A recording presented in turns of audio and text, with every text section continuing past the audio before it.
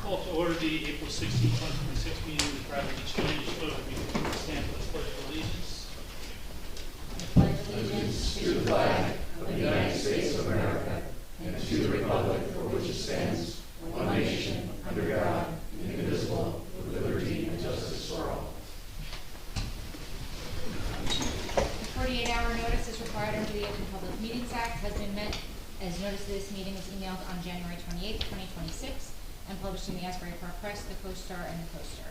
Copies have been placed on the bulletin board in the Borough office and the copies have been filed with the Borough Clerk. Mr. Bagley? Here. Chair Cohen? Here. Councilman Park? Here. Ms. Mahoney? Here. Mr. Mayor is excused this evening. Mr. Maynard? Here. Councilman Nowicki? Here. Ms. Saracen is excused this evening. Mr. Wishbo? Here. Mr. Warnett? Here. Ms. Leahy is excused this evening. Mr. Frederick? Here. Mr. West? Here. And also present this evening, Anne Marie Rizzuto, Attorney to the Board, Michael Shafai, our Board Engineer, and Christine Bell, our Board Planner.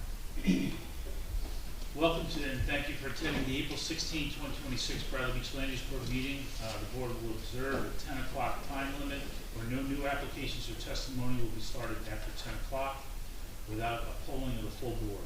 If an application is not completed during the meeting, the continuation date will be announced by the board attorney. We would like to maintain a civil environment for this public hearing and request no calling out from the audience. Everyone will be given the opportunity to be heard. After the board and its professional staff have completed questioning a witness, the witness will be opened up to the public for questions only of that witness. Please give your name, address, and a spelling of your name to our attorney. This will be a time for questions, not for comments. If you'd like to make a question, raise your hand. I will acknowledge you, bring you up to the podium. If a person from the public is represented by an attorney, he or she must speak through that attorney. All attorneys should register their representation with the board at the start of this hearing. After the board and its professionals have finished questioning the applicant and before the board takes action on any application, I will open it up to the public for comments. This will be a time to speak on an application. The same procedure I previously described for questions is followed, and all members of the public who wish to make a comment will then be sworn in by the board attorney. Please be aware that the applicant and attorney have the right to cross-examine any members of the public who come up to make comments. Written statements or letters from individuals who are not present, petitions, or speaking on anyone's behalf are not allowable under NJSA 40:55D-10D. Written statements from the public cannot be accepted as they cannot be cross-examined. Public participation in this meeting will assist this board in making decisions. We hope that this public hearing and your attendance will be a rewarding experience for all, and thank you for participating. We don't have any new correspondence this evening. I did distribute the meetings from our prior meeting of March 19th. If anybody's had a chance to review them, if anybody's willing to make a motion. I have a question. Sure. Minutes. Sure. Under 2026-19, says Councilman Park provides an explanation as it raises basements for 1 foot. Is that correct, or should it be 2 feet? It went from 1 feet to 3 feet above. Just the minutes just say Councilman Park provides an explanation as it raises basements 1 foot. I think it was 1 foot from what we have existing. No, it went from 1 foot to 3 feet, so it raised it 2 feet. Raised it to, okay.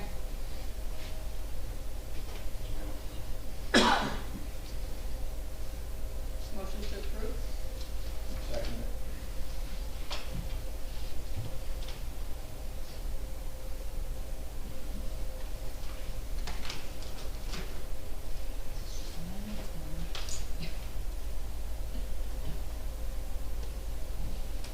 Ms. Mahoney? Yes. Mr. Bagley? You have to Yes. change, yes. Mr. Wishbone? Yes. Councilman Park? Yes. Mr. Warnett? Yes. Mr. Frederick? Yes. Mr. West? Yes. And Chair Cohen? Yes. Thank you. The first application under consideration this evening is LUB 25/07. It's for both variances for the proposed demolition of the existing one-story single-family dwelling and construction of a new 2.5-story single-family dwelling on this undersized corner lot. Nan Pop and Company LLC, Block 75, Lot 1, 106 Central Avenue. The applicant's proposing to demolish the existing dwelling and construct a 2.5-story single-family dwelling on this undersized lot. Applicants represented by Kevin I. Asadi, Esquire. This matter was partially heard on December 18th, 2025, and it was carried to February 19th, 2026, at which time we did not hear the application, and an additional request was made to carry the matter to tonight, which is April 16th. And this was in order for the applicant to meet with the board professionals and their professionals to revise the project and resubmit revised plans. Mr. Scott? I just want to note for the record that I do have signed certifications from Mr. Maynard, Ms. Mahoney, and Mr. West, who were not present at the December meeting, but they have watched the video and they are eligible for this. Very good. There was an error. I had Mr. Bagley listed as well, but I checked my minutes and he was in fact there. Thank you. Good evening, ladies and gentlemen. Kevin Simon, Xavier Hughes, on behalf of the applicant. As Christie announced, we were here on December 18th. The board heard the property owner and also heard from our architect. During the architect's testimony, questions were raised, suggestions were made, and we carried the hearing at that point in time so that we could sharpen our pencils, go back, see what more we could do to bring this project closer to conformity. We've done that. Since that time, well, let me start with improvements of the plans over existing conditions, just to summarize kind of where we're at. There's existing structure, there are many nonconformities that exist, and we're looking to reduce and in some cases eliminate those nonconformities as part of our proposal. For example, front yard setback compliance along 2nd Avenue has been corrected, increasing from 24.94 feet, which is non-conforming, to 26.36 feet, which is conforming. Side yard condition has been improved, where there was a substantial deficiency. It was only 2.3 feet from the property line. We've been able to increase that setback to a conforming 5.17 feet. And when you only have 2 feet, increasing it to 5 feet, you'll see makes a pretty big difference. The rear yard setback has been meaningfully improved. It is existing 2.3 feet. That's been increased to 5.17 feet. From a bulk standpoint, the building coverage has been reduced from 42.14%, which was our last proposal, to which is existing, to 41.88%, so we're improving that. The lot coverage has been brought into full compliance. Originally 63.13%, we've brought that down to 54.31%, which is below your limits. The proposed building height remains compliant. And from the last proposal that you saw back in December, we also were able to eliminate some variances that we had originally proposed. For example, the side yard setback, which I mentioned earlier, and the building coverage that we proposed in December was 45.9 feet. We brought that down, as I mentioned earlier, to 41.88 feet. So what we're left with this application is 6 variances, okay? And out of those 6 variances, 5 relate to setbacks, and you probably know better than me, your front yard setback standards have front yard setback to the building as well as front yard setback to the porch. So we require, and we're requesting variances for front yard setbacks for porch and building along Central Ave, and front yard setbacks for porch and building along 2nd Ave. So there's 4 variances right there, but they're really a 2-for-1, the way I'm thinking about it. In addition to that, you have the building coverage, and you'll hear from our architect and our planner and our engineer this evening that we really brought this to as little building coverage as possible for this house to work as a house. You'll see on the floor layouts, if we make the building any smaller, we lose a garage, or we lose any reasonable semblance of first floor space. You'll also hear a little bit about the porch along Second Avenue. We really think that a porch adds something to the home along Second Avenue. That's not where the front door is, but it is where people are walking along the street and expecting an inviting frontage, and the porch adds to that. You're going to hear about that as well. So I think I've gone on. Oh no, I haven't gone on enough. I want to mention one other thing before I call my first witness. Since the last hearing, soil samples were also taken at the property at the suggestion of the board engineer. That was done. It was submitted, and we were able to determine the appropriate height or the appropriate elevation for the basement floor. And that's going to be 2 feet above the water table as required, and we have all those details. And what that does, it lowers the height of our, it lowers the ceiling height of our basement, but that's part of our proposal as well. So, without further ado, I'd like to recall our architect to tell you about the plans. Oh, yep, that's what I'm here. Well, I guess not the only reason. The main one. Can you read it right now? Just want to tell the truth, the whole truth, and nothing but the truth, so help you God? I do. And I just want to note for the record that we received a set of plans from the architect that do not continue the original plan date. There's a new plan date on this. So the original was in October of 2025, I think, and the new ones are now, I can't put my fingers on the date. March 9th. March 9th. So this is a complete replacement of the prior plans. It's not a revision of the first set. So we'll go with that being said, we'll go with your testimony. Great, thank you. Yeah, so, before you begin, you testified at the December 18th hearing, is that correct? I did. And you were sworn in, is that correct? Yes. And were your credentials accepted by the board? Yes. Okay. And my license is still in good Yes. shape. We confirmed that in December. Thank you. So the plans I'll be referring to tonight are dated March 9th, 2026. What we're looking at right now is a 3D view of the proposed 2.5-story home. This will be looking from the corner of Second and Central, looking east. And just to go over some general building elements, we have the front covered porch here, the open porch on the second floor, the main entry to the home along Central Avenue here, the porch and the covered portico, and beyond the back garage entry. And you also see a dormer window here, which accesses attic space. Will be finished attic space on the half story above. So I'll walk us through the plans, some of the changes we made and why we made them. So our intent was to shrink this building in certain directions, mostly with the goal, from what we heard from the neighbors and from the board, really from the side yard setback lines.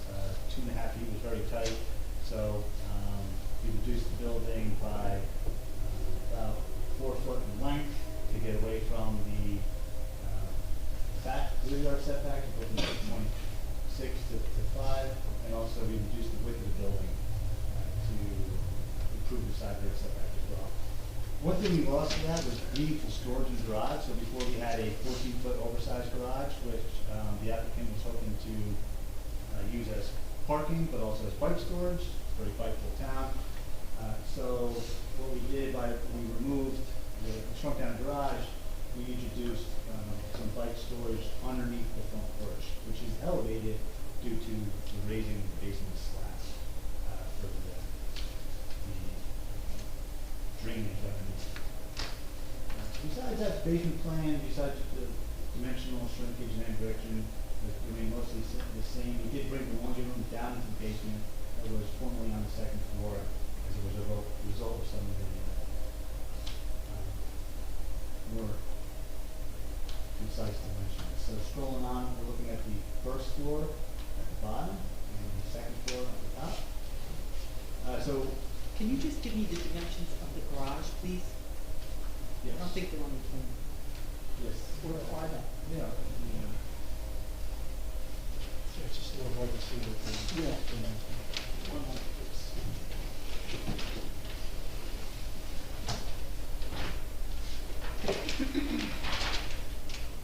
Twelve by 19.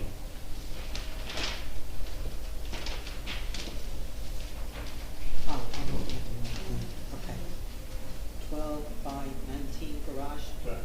That's a clear interior space. and one car can fit in.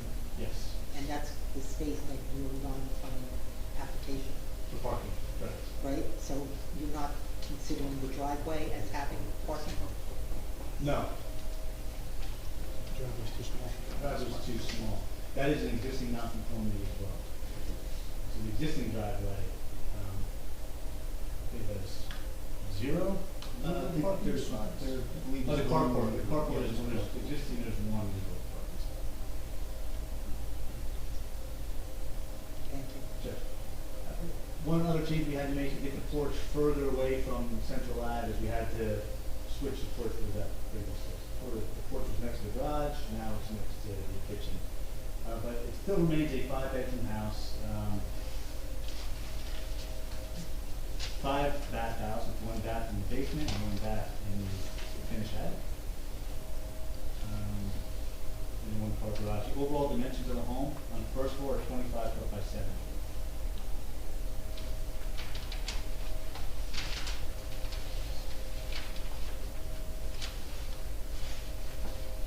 On the second floor, there was previously a balcony that was facing the side yard that's been removed. Because we recaptured that space into the second floor, it kind of offsets some of the area changes from the previous proposal to now.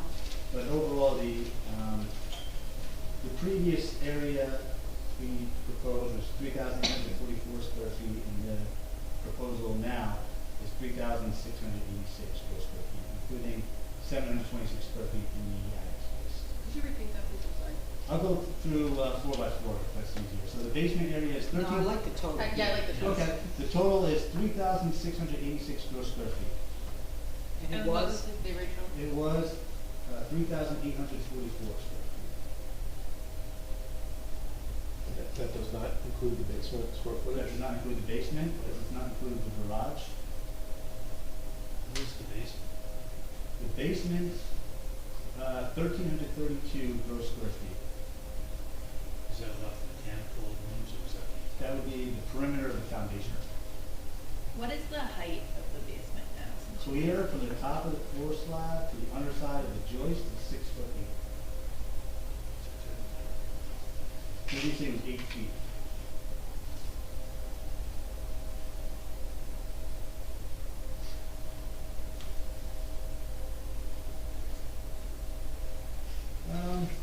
The layout stayed very similar to the last proposal. 3 bedrooms on the second floor, the study den, which could be used as a bedroom later on in the future on the first floor. So this gives the kiddies the opportunity to age in place.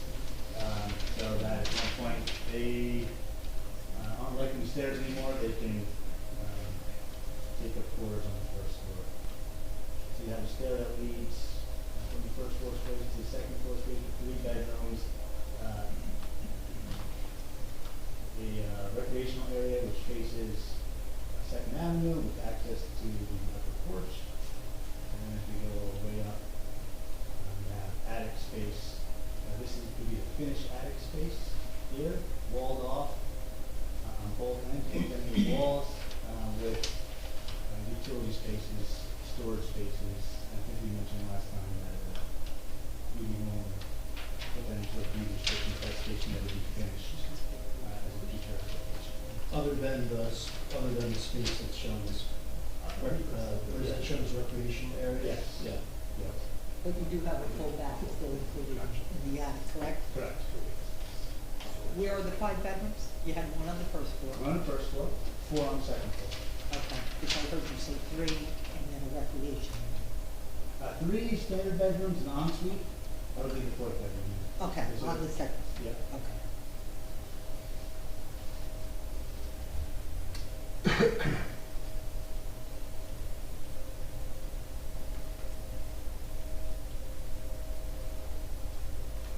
It was important that we are a corner lot, that we wanted to make a nice streetscape towards both Second Avenue and Central Avenue. So the house essentially has 2 fronts of the home. What we're looking at here, facing north, is that this is facing Second Street, and that's the covered porch and on, open porch, with 4 access doors to those 2 porches, attic windows above. This is a conceptual section, so 9-foot ceilings on the first floor, 8-foot ceilings on the second floor, and to the collar ties in the attic would be 8 feet, portion that would be sloped.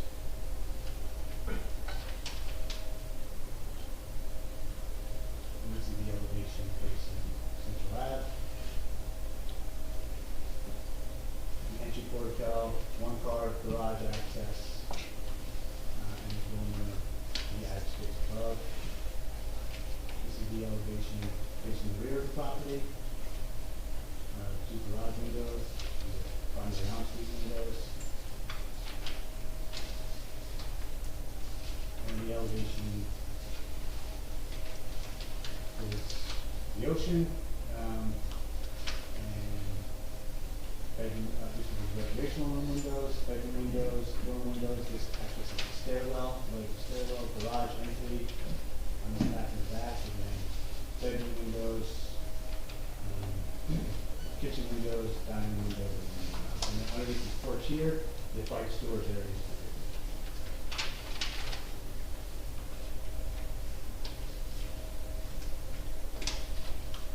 So that concludes sort of the general data about the building. Overall, I think we took a lot of care in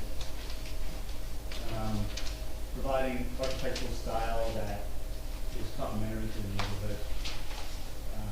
We look to scale down the facade where possible, and offer a nice home here on the corner of Central Avenue. If there's any questions from the board? Before we get there, I just have one question about the porch. Was any thought given to reduce, if we would keep the porch, was any thought given to reducing the size of the porch, and what did you find? So our original application, I believe, had a 10-foot wide porch. We reduced that to 8'6", and that's clear outside to outside. So we also have to reduce the columns and the railings. The clear is about 8 foot, which we think would be suitable for a small round table and some lounge chairs. I think the shortest this porch could get would be 6 foot clear for rocking chairs and coffee tables. And for 6 foot clear, you need 6'6", for the same reason, for the column? For the social railings and columns.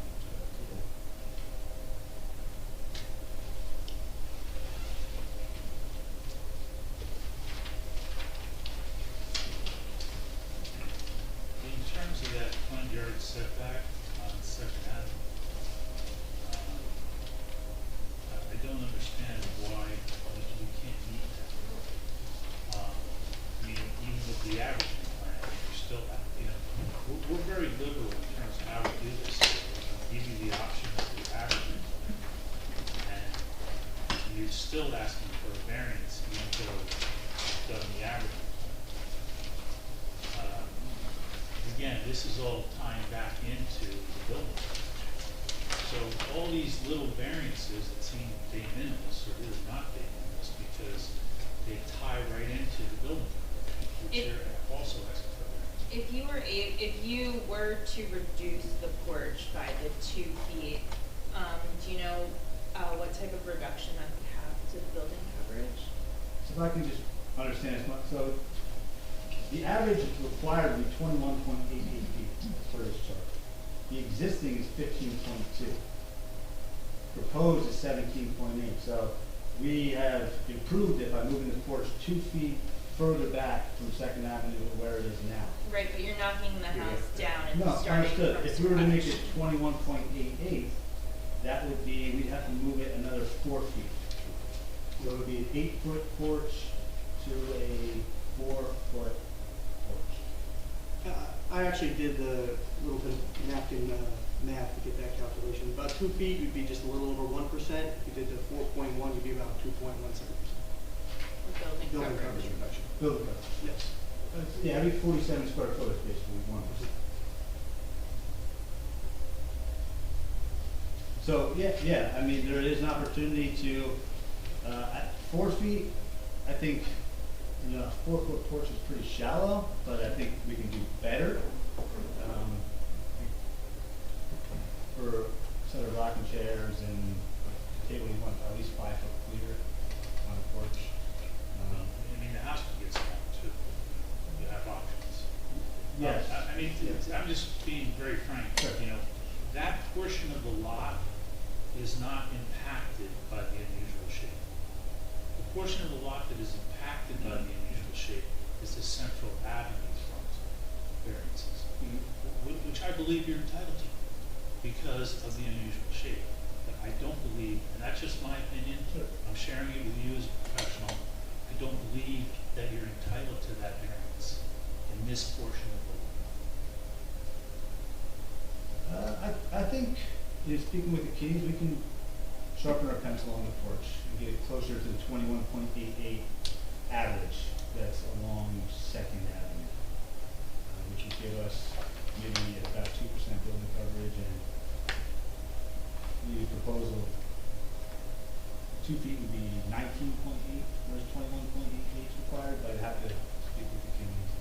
I think the porch is an important element to them, so it would have to be more, maybe taken away from the house a little bit to shade everything. But a 2-foot reduction would be about 1%. It's not 2%. Well, yeah, every 2 feet. Every 2 feet, 1%. Yes.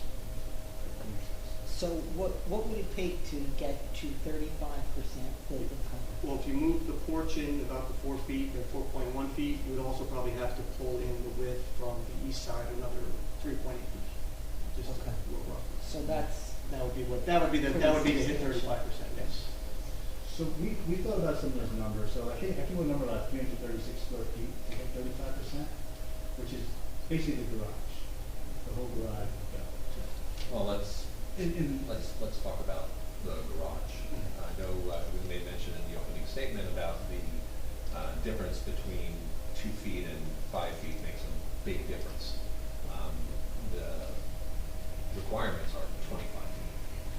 So if, you know, to me, a big difference would be, we went from 2 feet to 19 feet, 2 feet to 20 feet. Going from 2 feet to 5 feet is not that big of a difference.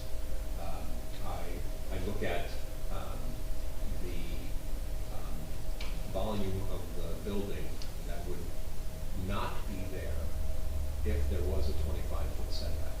So basically, if you wouldn't lose the garage, the stairs, and maybe a little of the bathroom. That would be about 25 feet from the rear setback.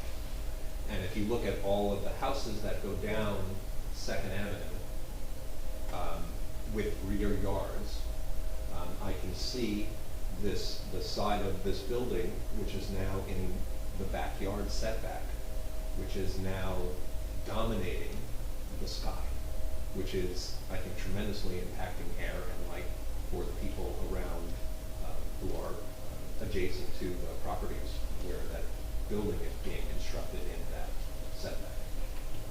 So the 25, the variance from 25 feet down to 5 feet is a huge issue for them because of those reasons. If I may, because we played with the dimensions, and of course, we ideally would come in with a fully conforming application, and we wouldn't be there. But the problem with the shape of the lot is it gives us such little, if we're looking at this diagram, I'll say height. It gives us such little height that the only way to fit the elements of a house were deemed to be to elongate it a little bit more. So that's where the hardship and the shape of the lot comes in. Tell me about the elements that you're finding the hardship. Well, for example, look at on the first floor, Mhm. I'm testifying for architect, but. I can take this. Yeah. So if we look at the first floor, I mean, besides the fact that this is planned on being a retirement home for the future, and we do have a study den for aging in place, I don't think there's any fluff on this first floor. You have a standard bathroom, inside very modest entry area, a den that's a study at 12, 11, you know, standard sized bedroom, and then a condensed great room, living room, kitchen. I think there's opportunity for a foot or two, probably still, which we already kind of did a few times. But for 12 feet, you're losing the garage, essentially. And losing the garage on a property like this is very difficult for the owners because you have no storage. Had you considered a detached garage, which can be 5 feet from the rear setback and 5 feet from the side setback? We have not. 20 feet from the residence. Yes, which would mean a back, well, if they did also have, you would need the yes, you would need the variance for that, but it would also create a backyard, because I don't know where you're gonna put your grill. But losing the garage, what does that mean as far as the building coverage? It's right around- Or, I'll ask you. Yeah, so, yeah. I didn't calculate So that one, I apologize. it's 36 square feet, to meet the building coverage. So if we took that whole garage and just eliminated from the plan right now, we still would not meet the building coverage. So we'd be very slight, we'd be probably around 36, 37%. Okay. Instead of 41.80, Yeah. which you currently have. Yes, And of course, you do have storage planned for your basement, yes, and you have storage planned for your attic. yes. True, it's not a garage storage, and losing the garage still has a variance because you're supposed to have two spaces. Yeah, and then, well, even But if I you took off the guess- whole garage, you still wouldn't meet the 25 feet either. If you subtract the garage, you'd be at about 18 feet 6. Uh-huh. So we'd still be here for a variance for rear yard setback variance without the garage. If you had no garage though, our driveways are allowed to be 1 foot off the line. So you could then utilize that 5-foot space that's currently there and possibly park 2 cars in there because you're under impervious coverage. Agreed, yeah, if the garage wasn't there, there'd be more opportunity for parking. And my concern is with the parking. So the house is, how many bedrooms now in the house then? 5 bedrooms. I'm sorry, the house that's Oh, being. the current house, I believe it's 3 bedrooms. 3, okay. And so you're going to 5, and you're providing 1 parking space. You know, Second Avenue and Central is 3 blocks from the beach. It's a very dense area. And if you are having 5 bedrooms, I assume you're gonna have more people, than are in the house now. But it just seems like it's a lot of house without a lot of parking. The house is made to hold a lot of people, but it's not, you know, the parking would have to be on the street, which is, you know, really causes a problem for parking if you don't have those 2 spaces. Understood. We believe the spot in front of the garage is not a legal parking spot, but you could park a car there and be off the side. But if you're using the garage, as you hope, for storage for bikes, Then we removed the bikes, so we took the bikes out of the garage, we did a new porch, under porch space. So the garage is solely just for a car now, 1 car. That, before we had an oversized garage, we shrunk it down to a 1 car, a standard 1 car. But yeah, we did explore to get that 25-foot setback and we approach to the building coverage, it would essentially mean that the house would end here and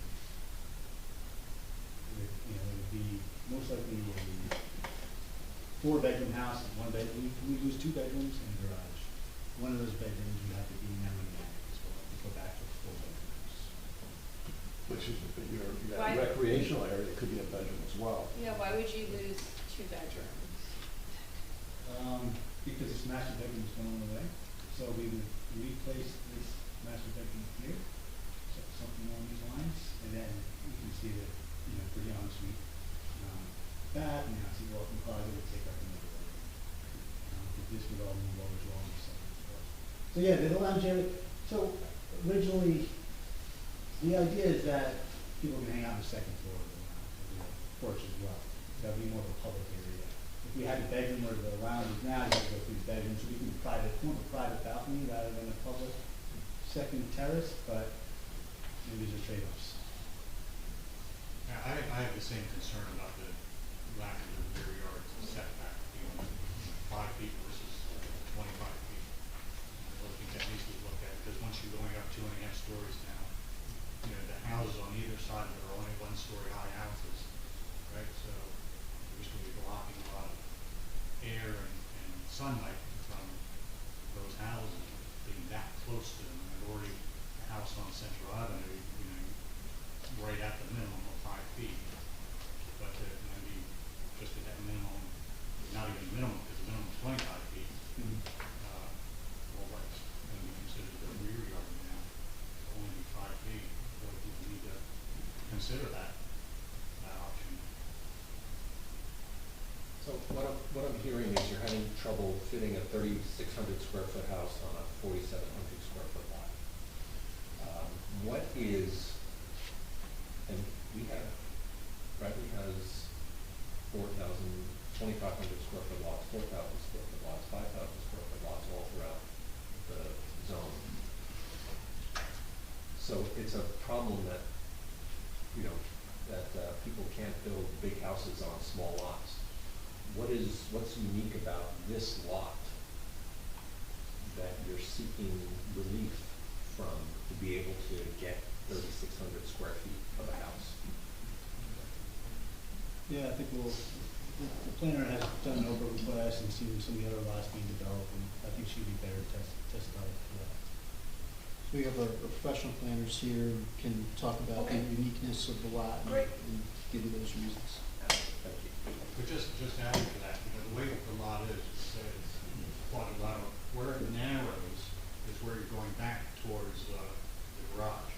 Yeah, it That's steps where- back twice as it narrows. That's where it narrows. So in fact, if you take off and move the house in, you're getting it more away from that narrow part of the yard as well. And couldn't you also, if you're concerned about losing square footage, couldn't you bump out the northern side of the house along Central? Because you do have enough setback that you could probably pick up, 5 feet or so on frontage? It would be counterproductive for the building coverage, but maybe if we took away there, if we added there, but at this point, it's just taking away, but you're not adding, it's just. Right, but still not there. you're achieving, if you're taking away the back end of the house, maybe you're adding some square footage, but you could potentially provide a hallway into your balcony that you were concerned with. Mhm. There's ways to do that and still reduce your impervious coverage, reduce your build out, and configure the house to maximize your available space, meeting setbacks.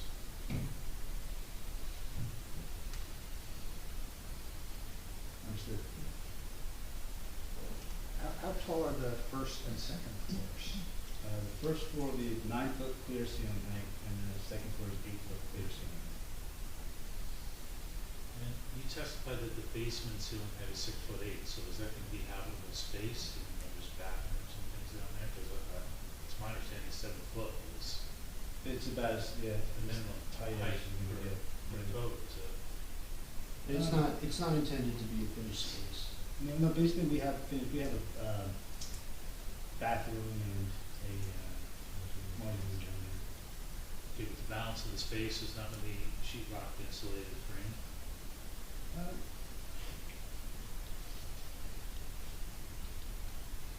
But to do the too much design for the basement. Yeah, so right now the way it is this portion right here is drywalled and finished, so you come down, put a small drain area, that is you come from the garage, come down, you have like a sand wash area from the beach, and then you have a bathroom area to wash off, and then you go into the sand area. The rest of this is unfinished.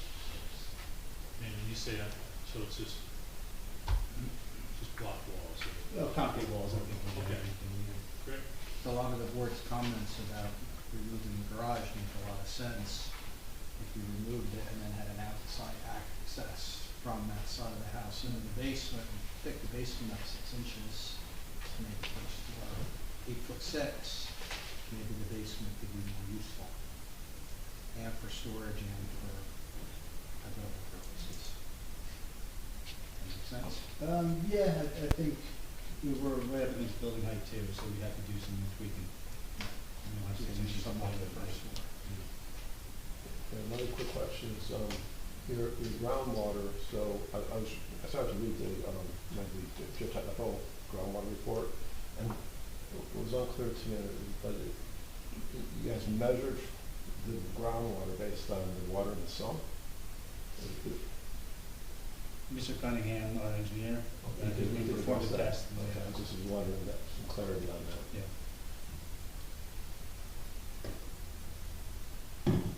Anything else? We'll open it up to the public if we have no other questions. I have one more question, sorry.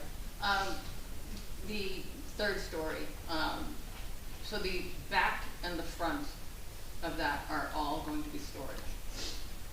It's to be closed off unfinished attic.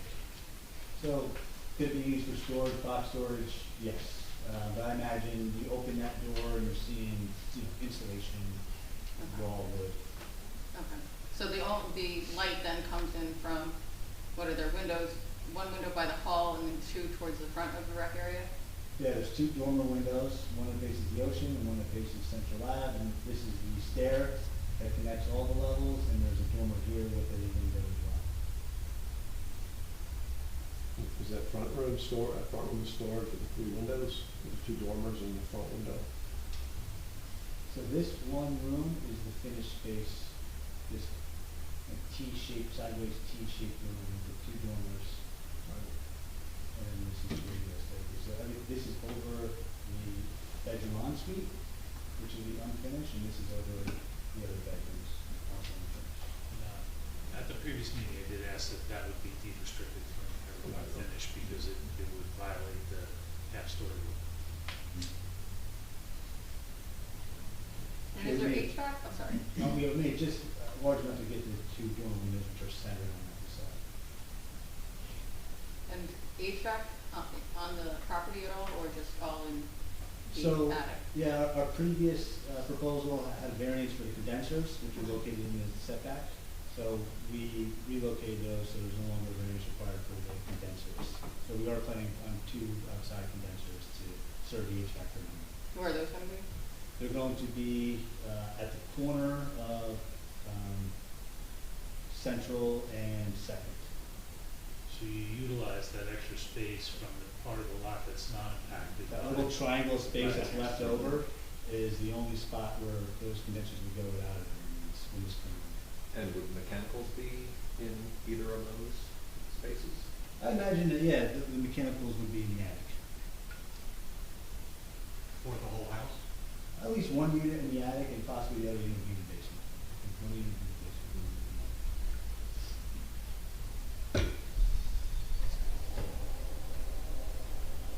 Any other questions from the board? No? That being said, we'll open it up to the public for questions only. Please step up and give your name and address and spell your last name. My name is Peter Sharp, S-H-A-R-P-E. I live at 301 Second Avenue, which is directly across Central Avenue from the subject property. Sorry, is it Mr. Fernandez? Yes. Thank you for your presentation. I do have some questions. I'm considering the western wall of the house, the one that runs parallel to Central Avenue.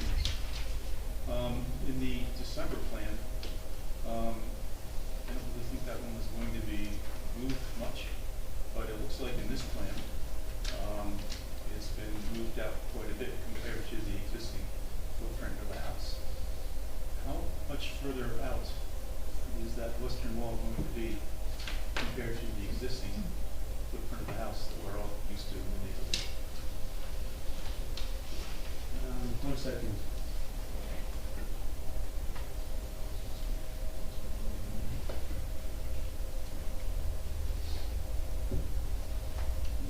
Pacific Central. The existing is 17.9 feet. The proposed is 11.64. So the difference is right around 7 feet or so. 7 feet, okay. Okay, and if I understand the square footage numbers you gave between the March plan and the previous plan, we're talking about a delta of 158 square feet for a home that is sized at 86 square feet. Are those correct numbers? Those are correct numbers. Okay, so this is after all the toing and froing with the lines here, we're talking about a 4% decrease in the square footage of the house. Yes, just to add a little to that. So the previous proposal had a balcony, which was encompassed into the second floor footprint. So before we subtracted that balcony, now we added that back in. So the numbers don't reflect how many changes we made on the outside walls, one to one, because of that balcony being Okay, incorporated. understood. But So yes, your still numbers are correct. 4%, okay. So, Mr. Fernandez, since you were here in December, you probably recall, let me ask you, do you recall comments made by the board members at that meeting pertaining to what they thought was the excessive house size, given the lot size? Do you recall that one of the board members used the word overbuilding several times? And he was concerned with how much the applicant is squeezing into this lot? Is that something you remember? Generally, I think the conversation went that way. Okay. And there were other comments too by other members. I won't go into them. They're a matter of public record on the minutes of that meeting. So, but that was one of the main themes of the comments at that meeting, if you recall. So, here's my main question, Mr. Fernandez. We're looking at a building here with the same building height. There's only a 4% reduction in the overall square footage. Number of variances, last time was 9. According to the table prepared by the borough engineer and borough planner, I counted 8 letter Bs this time around. So the number of variances has not shrunk that much. So given all that, against the backdrop of the comments from the board members at the last meeting, how have you materially addressed the comments about the overbuilding on this lot? So, Mr. Chairman, I mean, this seems to be a question about justifications for the variances, and we have experts here tonight who can answer that question, I think, a lot more efficiently. Mr. Fernandez is testifying about the architecture of the building. Mr. Sharp, could you hold that question? I will, for- sorry. for the I didn't mean to planner? speak out of turn. But, okay, sorry, Mr. Fernandez. I will just let you know, there is one typo in our chart. We didn't cross out the V for side yard setbacks, so that is no longer a variance. So then there's 7 Bs listed there on that table, he said 8. Okay, got it. Okay, and Mr. Fernandez, one more question, please, pertaining to the west wall of the house. I know that there are a couple corners that are sticking out here. If we could get that picture up there, the first floor. Okay, the places where the corners of the house there approach Central Avenue. What is the closest approach of those corners to a sidewalk there on Central Avenue? I mean, what would the average passerby see, how close that house was to the sidewalk when he's walking down the street past a 2.5-story building? so the engineer has a site plan Okay, with this building. I've done it again, I'm sorry. That's okay, which will show the proximity of the house, the stair, and the entryways to the sidewalk. Okay, again, I apologize. That's fine. Okay, thank you. Yep. Thank you, Mr. Sharp. Any other questions from the audience? Please step up, your name and address, and spell your last name. Cynthia Ranieri, R-A-N-I-E-R-I, 211 Second Avenue. So I don't know if any of these questions are going to be, to the So can you identify any specific condition of the property that prevents compliance with the 25-foot rear yard setback? The property is a corner lot, which is more restricted than a standard interior lot. I'm just gonna kind of go into this. So overall, when you're on a corner lot, you're restricted on the size of the home. So if I go one lot over, basically that lot can build a bigger home than the corner lot, just by following the rules. So because there's special restrictions on the corner lot, it makes the building, the way we see it, it's become a longer building, because in order to fit all of the requirements that a modern home would have, you need more space going lengthwise because you're restricted widthwise. So it's because of the size of the home you're building on the property that you can't do that? So the hardships that we're claiming for this variance are three. One is an undersized lot, two, it's a corner lot, and three, it's an irregular shaped lot. Right. Because of those three conditions, we're seeking variances for a home where we feel that the rules of the township, it's difficult to build a home to meet the rules of the township on that type of lot. Is the need for these the variances, specifically the rear yard setback, created by the design of the house rather than the land itself? I think there are solutions to meet the rear yard setback for any home, but those solutions have to make viable sense to want to knock a home down and build a new home. And I think that's what we were challenged with. Have you ever considered to try to comply with the 25-foot rear yard setback to not build a 2.5-story structure on that back side of the house, which is, like, does the whole house have to be 2.5 stories high? There's any number of houses that could be built instead of the house that we're proposing. We're proposing a home that the Kidneys feel are a viable option for them to want to invest in this town, invest in this property. Okay. So, can you go to the slide with the side yard setback? So the side facing east.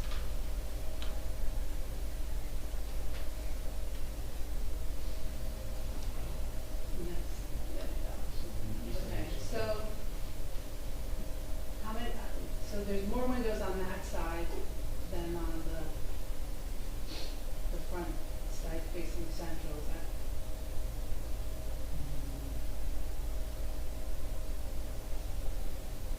Possible, but possibly, very close. I did count them, but I counted 15 on that side, and some of them are double, so that means like there's 26 windows on that side.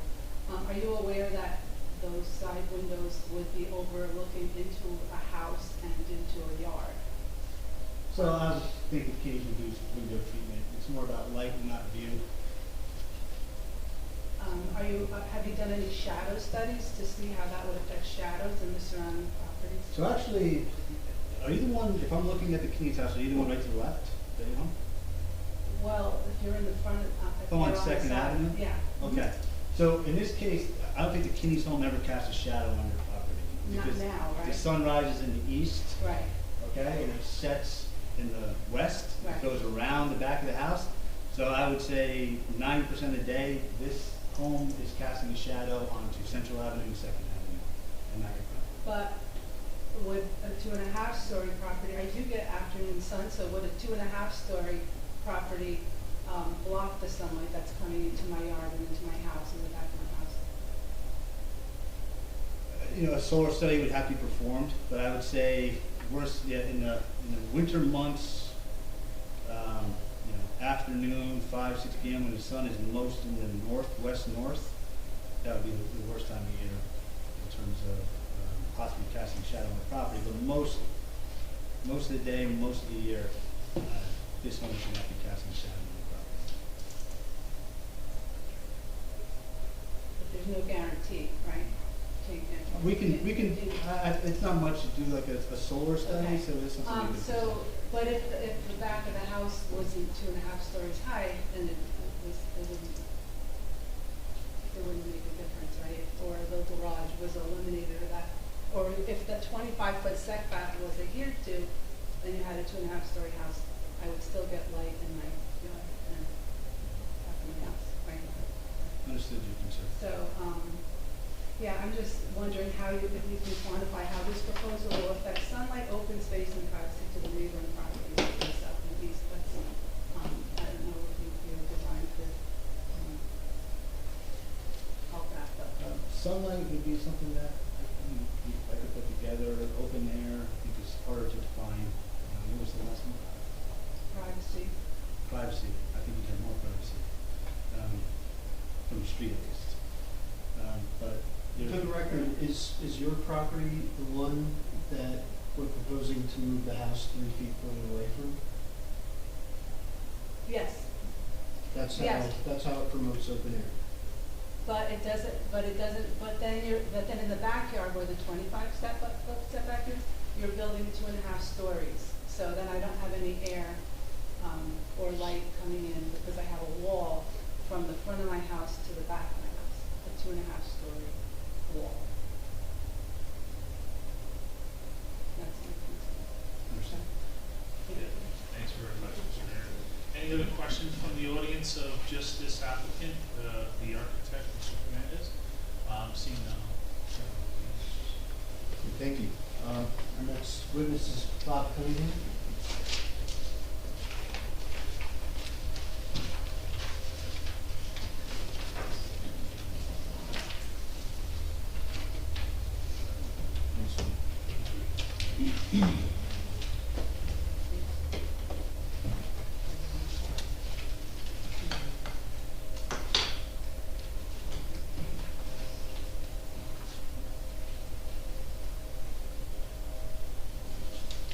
Swear me again? Yes, please. I wasn't swearing. Yeah, he wasn't here. Raise your right hand. Do you swear to tell the truth, the whole truth, and nothing but the truth, so help you God? I do. Thank you. Bob? Put his credentials on the record. Yes. Bob, why don't you enlighten the board as to your education, training, and experience, please? I received my Bachelor of Science degree from New Jersey Institute of Technology in 1979. After that, I worked for 3 different municipalities in Essex County, being Roseland, Montclair, and Milburn. While I was acquiring my experience time, I received my professional engineer's license by examination in 1986. And from 1986 to 1988, I served as a township engineer in Milburn. And that May of 1988, I went to private practice. Perfect. That's great. It's accepted. Thank you, Mr. Chair. Bob, would you take the board through the site plan that you prepared for this property? Sure. If you want, I'll never get back to it for you. I'll keep this one.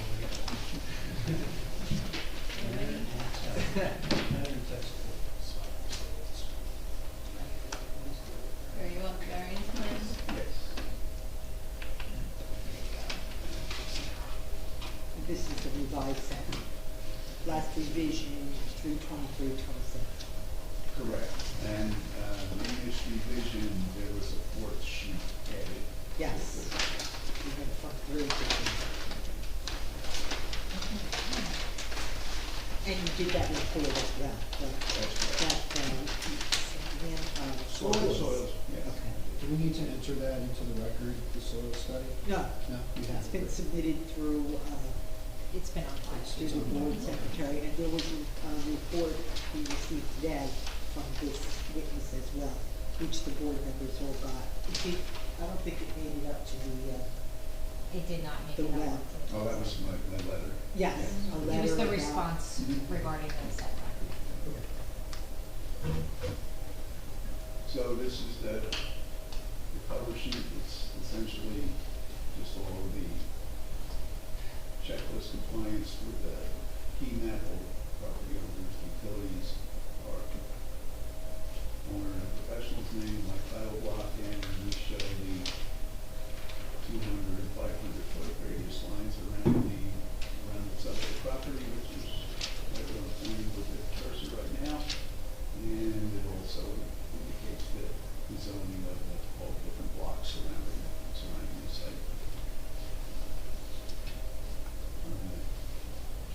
two, we have the existing conditions plan and also the site demolition plan.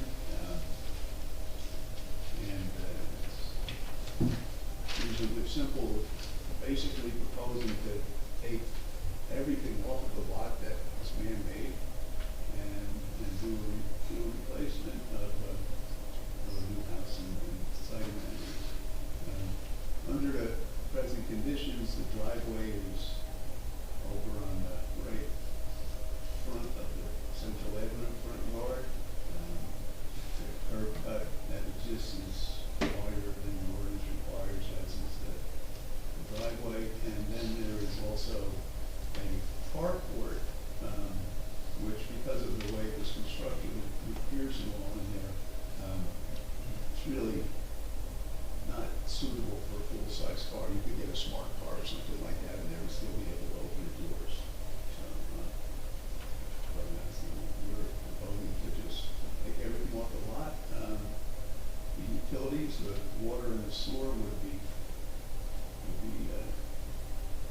water would be turned off and then we would cut the water line, the sewer we would cut and cap and put it in the warrant for reinstallation after the construction of the new house. Attempting to save as much of the existing sidewalks as is possible. And we would be taking out a section of the depressed curb that exists now, cutting the sidewalk, taking out that apron area and the existing driveway as well. And of course, it says somewhere in these plans that any of the curbing and sidewalk in the right of way that might become damaged during construction or replace that.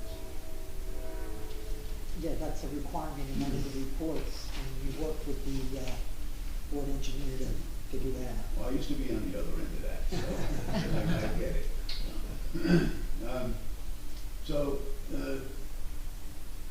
My site plan is basically we took the house that Mr. Fernandez designed and set it into the lot at the requested setbacks, which is 5 foot 2 inches. And that's to the siding, so it's actually like 5 foot 4 inches to the foundation, just so we don't have a problem on an as-built. And the same side, this is the rear yard, and the side yard is the same thing. On the side yard, the setback is actually to the siding on the second floor because of the architectural detailing of the house. The second floor, for this portion of the house from pointing here now in the front, and the same area in the back, the second floor is 6 inches wider than the first floor. So the setbacks are taken from that wider part, which is the second floor. So at ground level, it's more like 5 foot 8 from the property line to the foundation.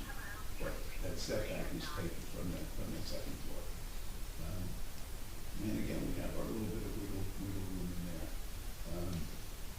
From the previous issue of the plan, we were able to pull the line of the house here back a few inches from Second Avenue, so there's no longer a front yard setback variance required at this location. And the house is sawtooth, similar to the existing house.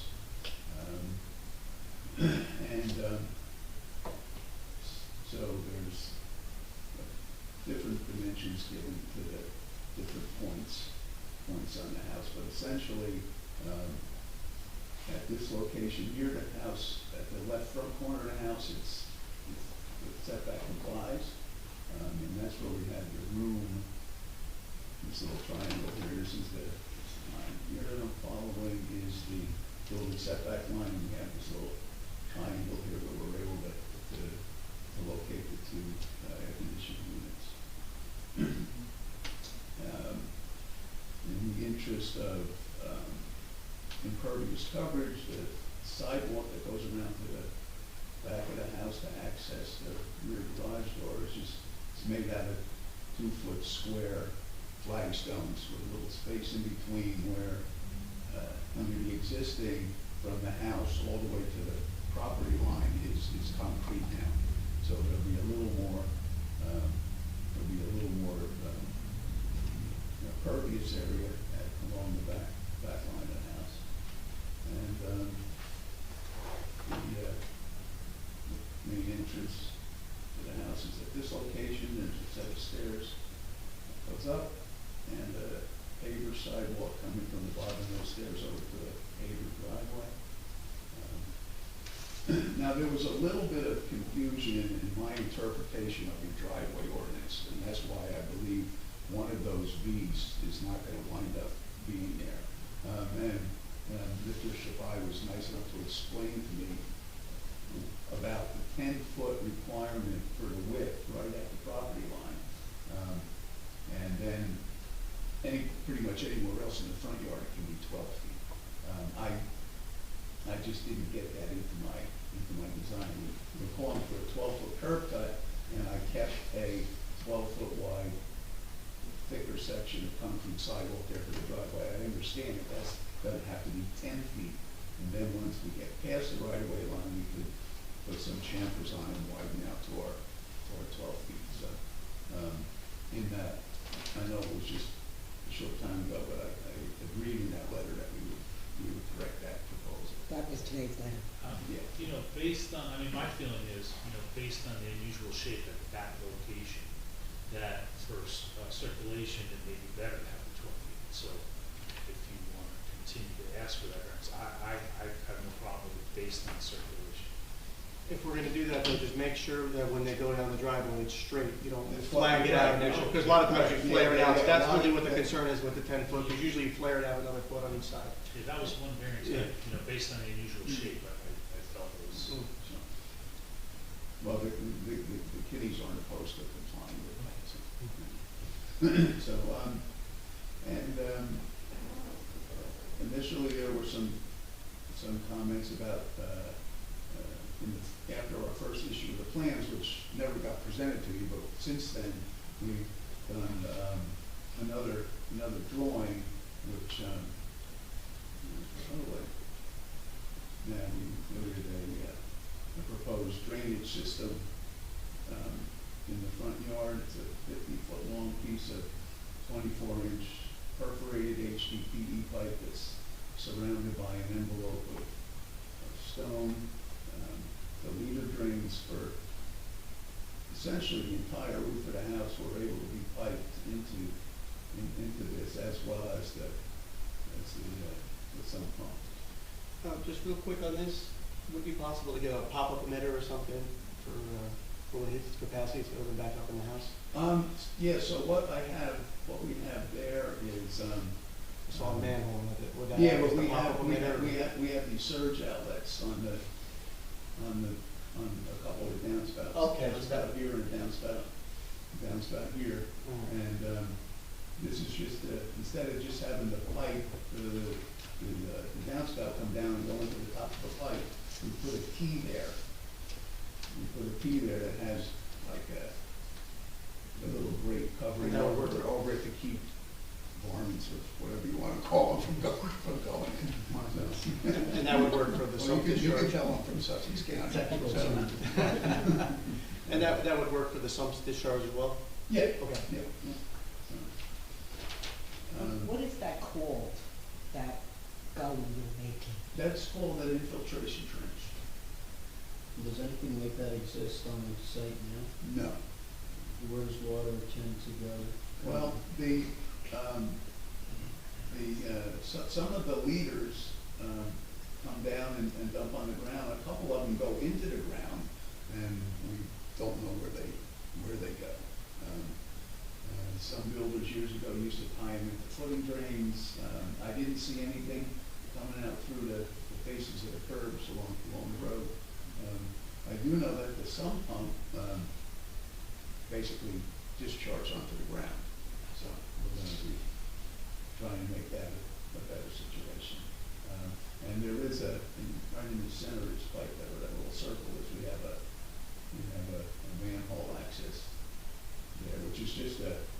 E made out of the same piping material with a green HDPE cover on the top, which is basically strong enough you can drive a small riding mower over it. And as the attorney pointed out previously, there is no significant stormwater management on the site. We're not aware of any. Right, but the infiltration trench now is an acceptable form of stormwater management for this property? It is, we did encounter, when we did the, I'll go back and discuss the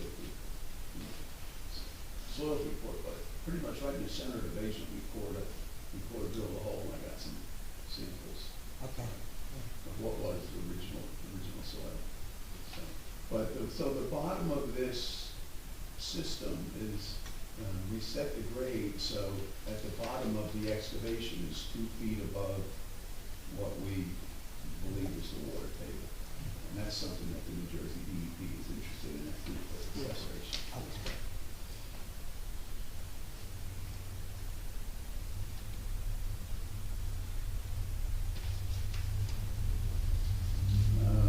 What else? As far as drainage, so there's the proposed bike storage area under the porch here, and this sidewalk in the back will step down a little bit. So what happens is there's a very small amount of rainwater that might fall in that depressed area of the sidewalk. The floor will be pitched to a drain that will just be piped down into the sump pump. But you're talking about a very small quantity of rainwater there. The balance of the bike storage area is under the porch, which adds another porch above it, and pretty much there's not going to be any rainwater going down through there. It indicates a 6-inch lever drain system going around the building, picking up the downspouts at different corners, and then we have another gutter on the porch that we bring it down, another downspout here. So all the downspouts are mechanical, and we're able to time walk that drainage.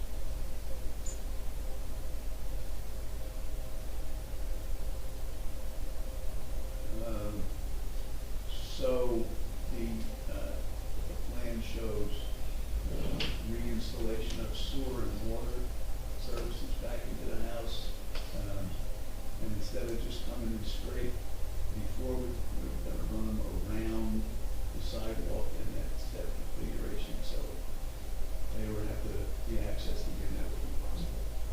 And there is an elevation change with 2 steps there and Well, that's there now. Oh, okay. There's some, Can you be maintaining that same format?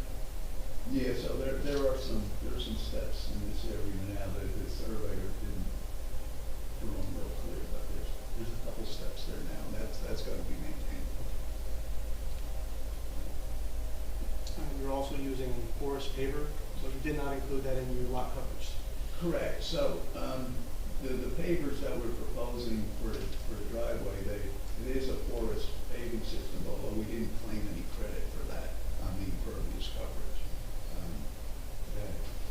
Eventually over time, 20 years from now, if they're still going to function at 100%, we don't know that, so we're not going to try to convince anybody that that's going to be considered impervious going That's forward. on maintenance. Or considered pervious going forward. And the impervious is compliant? Yes. Yes. Even, so those it's porous pavers are sort of extra? It's extra, it's not that much more difficult to put them in, it's not that much more expensive. So we often don't recommend them because they're not maintained. Obviously, this is a little bit of a different instance because the applicant's property, I would think we would just want confirmation that if porous pavers are going in, the applicant intends to maintain them properly, even if they aren't being counted, Okay. I could certainly ask my clients, but I believe they do agree with that.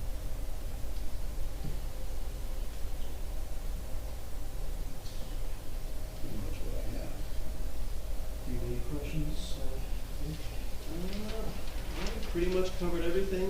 One thing we do want to note added to the plan about the plantings between the curb and sidewalk must be natural grass. I see you're not proposing anything there, but please just add that to the plan just in case. Certainly.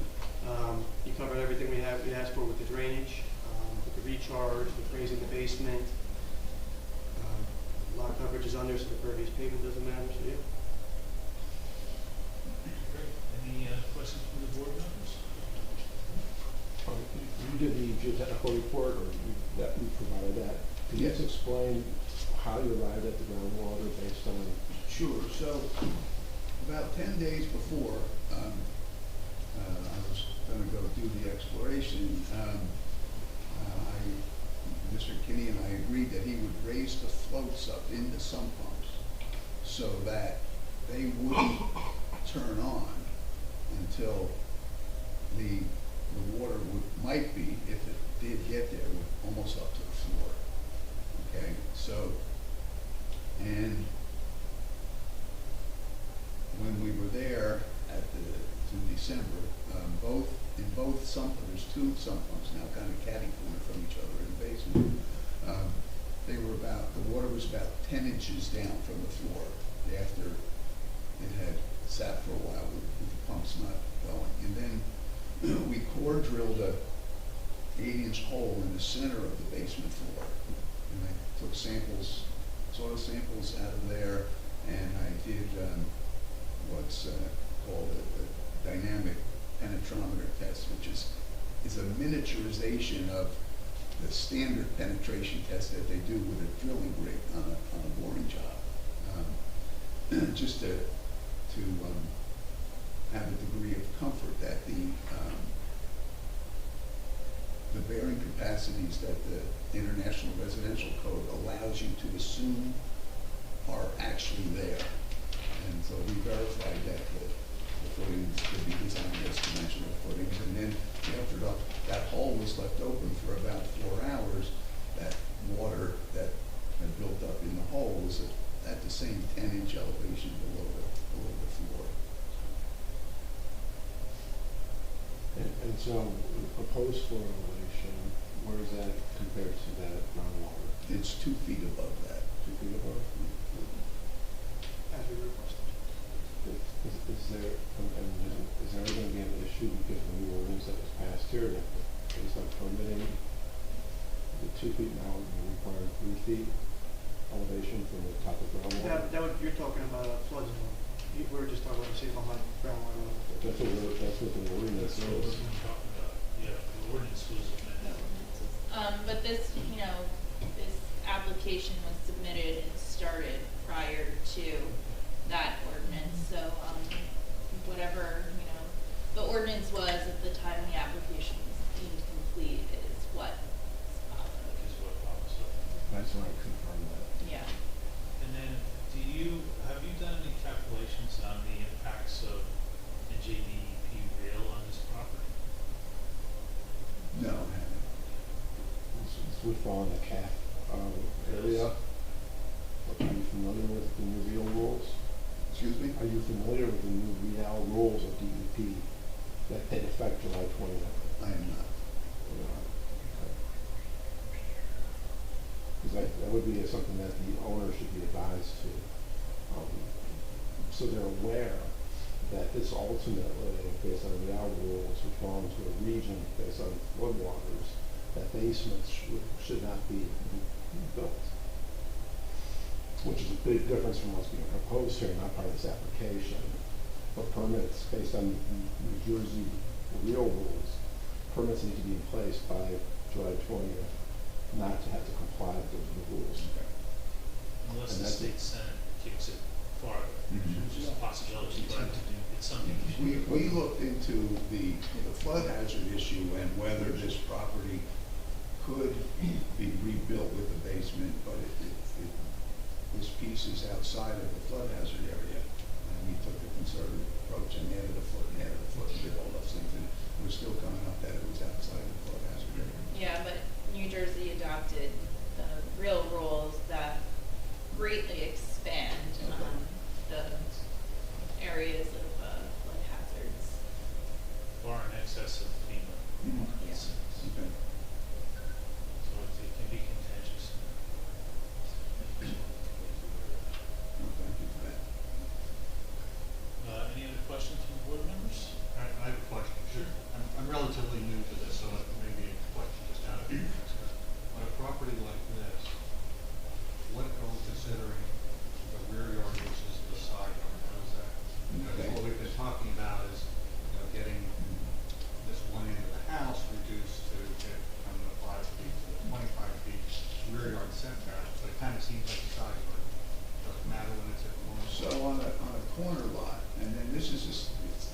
different municipalities, but in Bradley Beach, you have, on a corner lot, you have 2 front yards, a side yard and a rear yard. And for the purpose of this lot, the rear yard is considered the yard that is opposite Second Avenue, and the side yard is the yard that's opposite Central Avenue. Okay. Some towns, you have 2 front yards and 2 side yards. And in some towns, one of the front yards can actually be a side yard. So it's different, but the way it is. It's just in my mind, because the house faces central, and I would think Right. part of the way back would be the rear yard, but The house faces Central because of the depth in that direction. You wouldn't be able to orient the house the other way. You wouldn't, you'd get it. The existing house would have been a tiny little thing, so. Any other questions from the board? I'll open it up to the public. If anyone in the public, please step up. Sure. Peter Sharp. Yeah. SHARPE, 301 Second Avenue. I think I see an entry point for the questions I was trying to ask before. I was asking Mr. Fernandez about. Please let me know if I'm wrong. But you mentioned the sawtooth nature of the house and that you moved down Central Avenue. So the points on the sawtooth, the teeth on the sawtooth, how close is the closest tooth to the sidewalk? My interest is in preserving the character of the neighborhood. And now we're going to have a 2.5-story structure there. I'm just kind of curious, when a passerby is moving south to north on Central Avenue, how close is he going to get to that 2.5-story structure? So.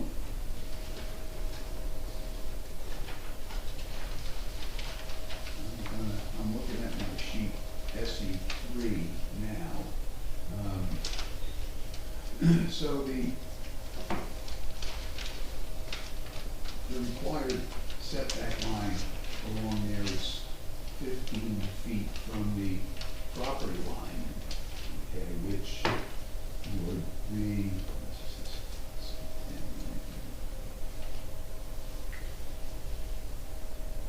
that would be about 18, so the required setback line is about 18 feet from the side, back of the sidewalk. We're coming over the setback line. And, Variance here. yeah, so at the first,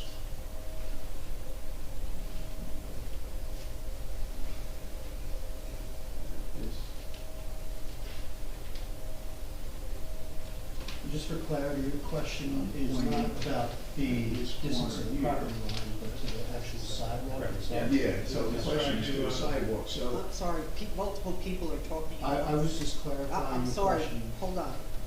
One person at a time, so we'll hold your. Yeah, so Hold on, sir.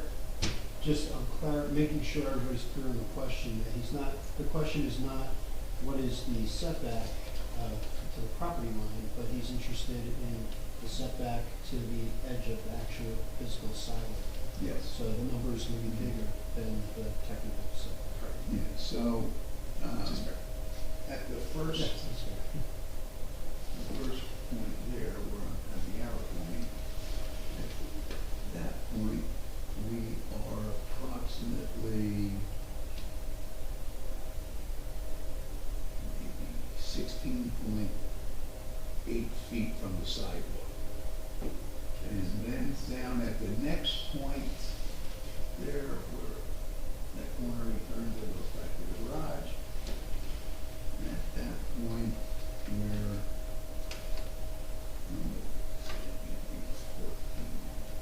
14.8 feet. And then over at where the corner of the garage is, we're about 15.5 feet. Okay, so the closest point would be about 15 feet from the sidewalk. So someone who's walking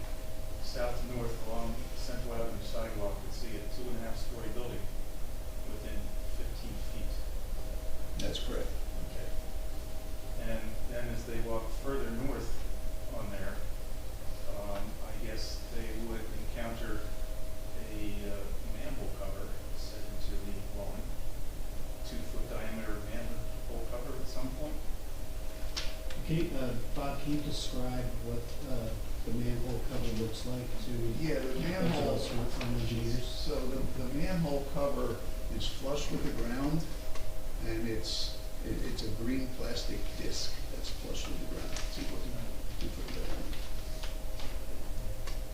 And then if he continues that walk, he's going to encounter, how many air conditioner condensers there? Two. Two. Okay. And they'll be pretty close to the sidewalk as well. So they'll be visible and audible from the sidewalk. Well, we are proposing some screening plants to be planted around them. That's shown on our sheet number 3. But have you walked this neighborhood? Have you seen any other instances where 2.5-story building is within 15 feet of the sidewalk? That seems out of character for the neighborhood. Mr. Chairman, we'll have a planner give testimony on that. Yeah, Sorry, they'll be done it again. That's all right. Apologize. Okay, will the planner also be able to address the air conditioning units and the ones that we might hear from? Bob, is the proposed air conditioning units residential style air conditioning units? Yes, they are.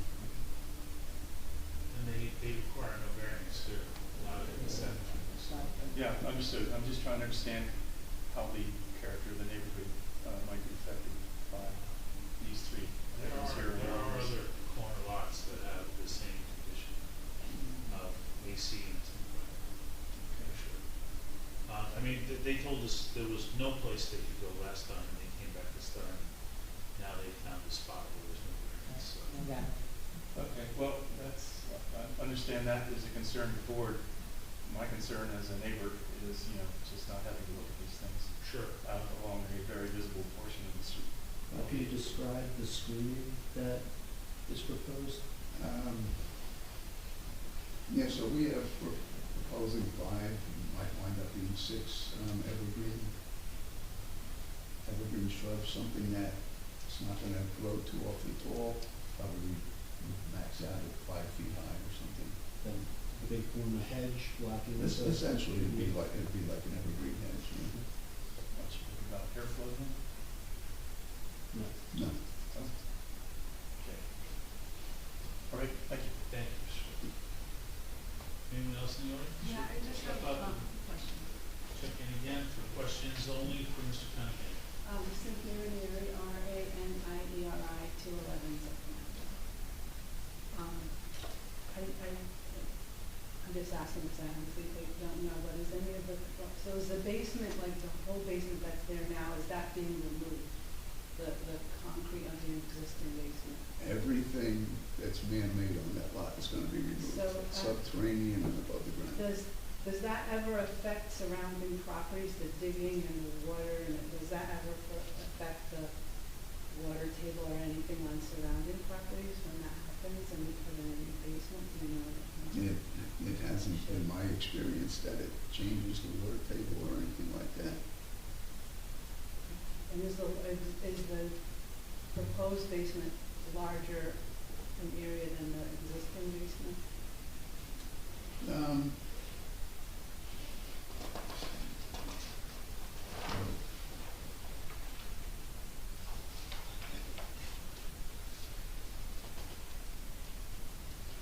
The proposed, the existing basement is 64 feet long, and at the widest point it's 27 feet, and it's 2.3 feet off of the property line.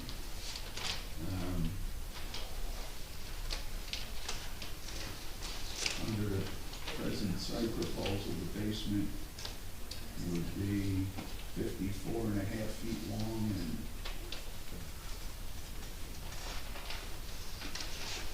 about 24 feet wide, and it'll be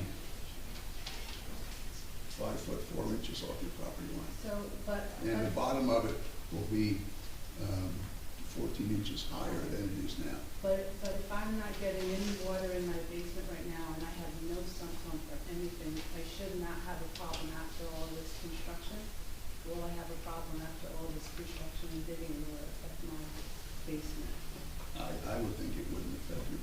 you're not sure? 100%.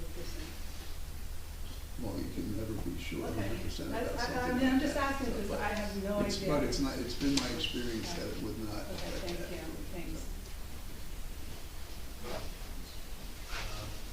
Any other questions from the public of Mr. Cunningham? If not, we'll close the I public. do have a question. I want to follow up on the manhole question. Is the purpose of that inspection or maintenance? Both. Both, okay. Couldn't get away with something smaller? You could, but, it's usually, that's usually what we do. I mean, if it could be smaller. But it's not like a septic tank, right? You don't need total access in, right? Are you ever gonna pump it out or anything like that? No, well, hopefully you're not pumping it out, no. No, I just want to relay that concern. Yeah. Thank you. Mr. Cunningham, on the grading plan, is there any, what's the differential between existing and proposed in terms of grading up the property? There's not much change at all in the grading. We're tying into the grade that's there, pretty much there now. So any excess excavation material from the drainage or whatever, we're not gonna be losing that on site and raising the grade. That's all we're gonna have to get hold of. Okay, so the topo will reflect basically what's there now? Correct. Okay. Did you look at that? Okay.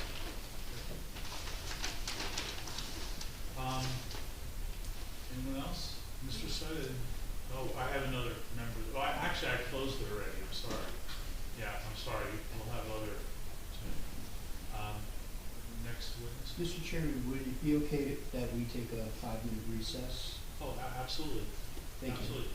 Make a motion to take a 5-minute recess. Do I have a second? All in All in favor? favor? Aye. Thank you. I did that for all of you.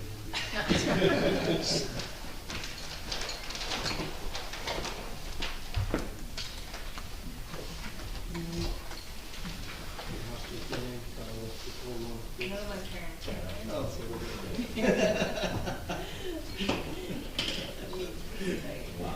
Where's it back?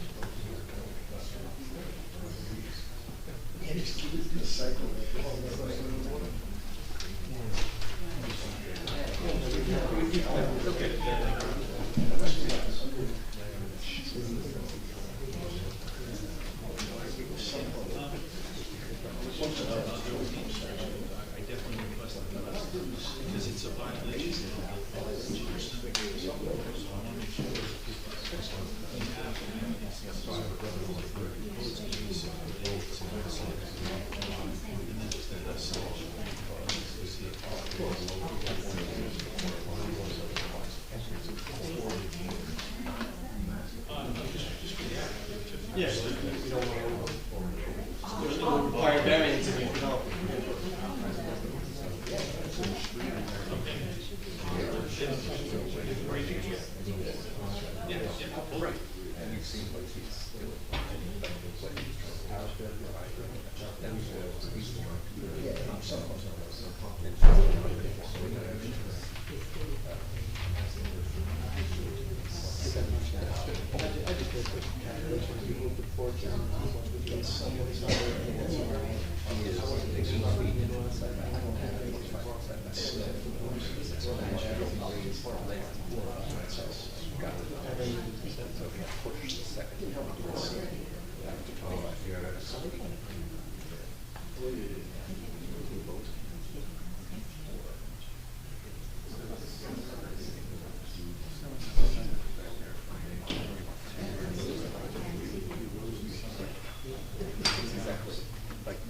Multiple people said the same thing.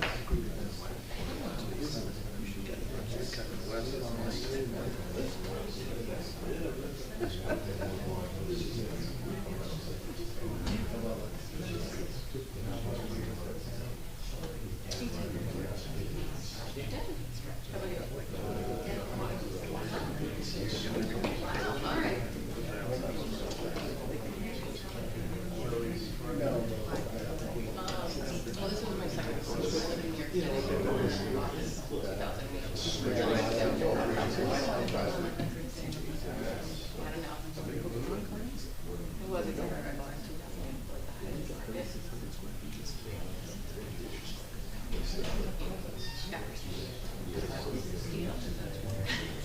I could have had a house, but it is what it is.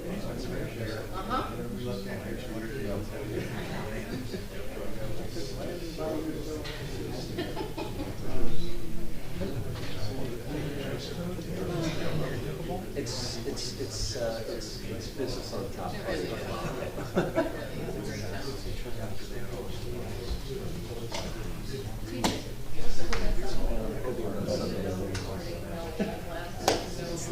Sure.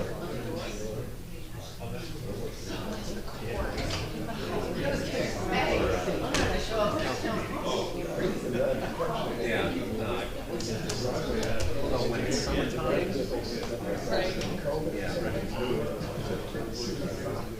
yeah, my daughter was in pajamas.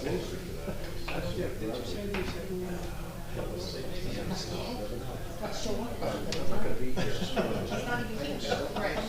That's an exciting one. Yeah. I was gonna say, you have to say a red light district. Janice and I went a few years ago.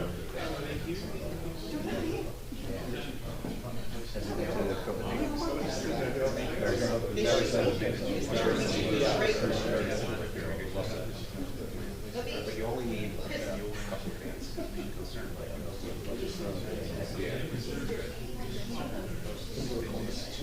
Oh, I just saw, actually, there was just an article, 36 hours in Amsterdam. And I was like, seeing that I checked off all these things.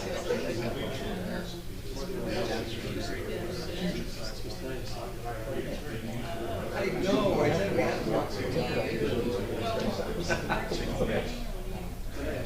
Yesterday I was gonna stay too. It's fine. I have a white shirt.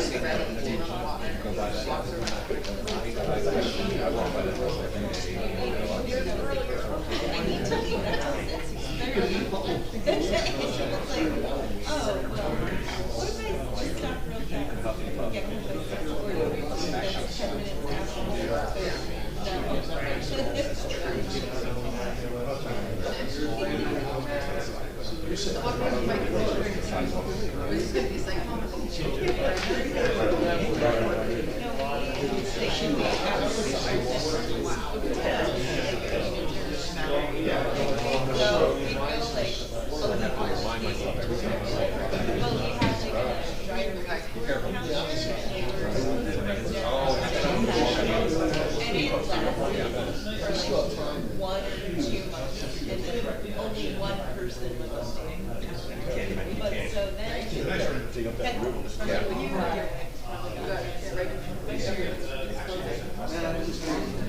Was it, no, I guess it's we were in.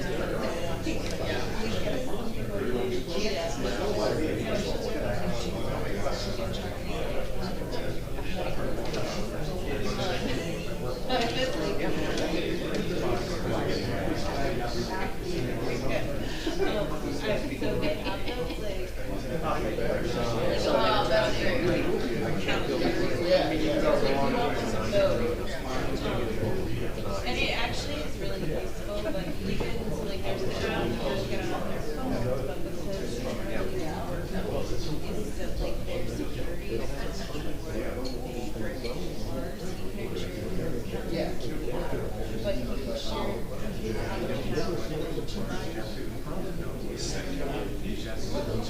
out this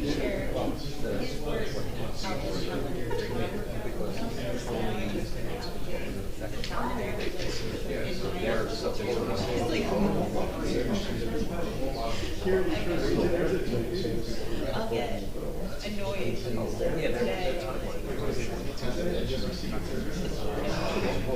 Like today, breakfast is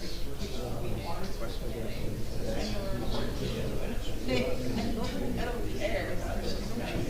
But on my so that's what we think have to share.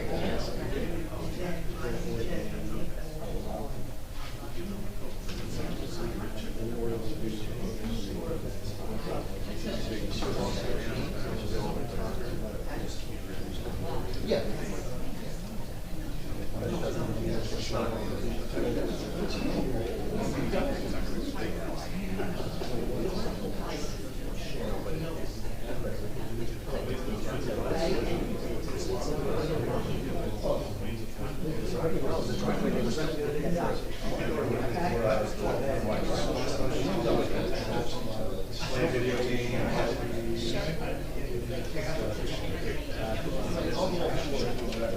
No, they said they would come, they said they would get a right, because they just didn't understand.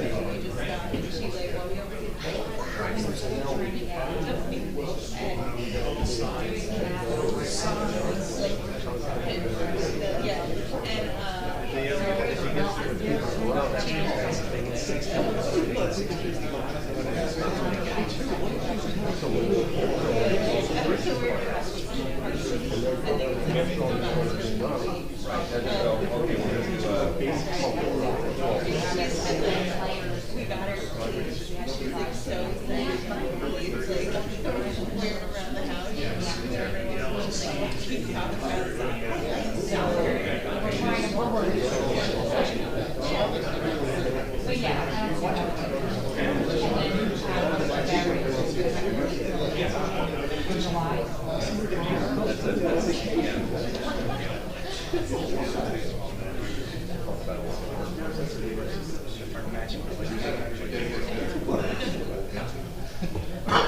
my day starts at like 4:45. Should we be like there, like,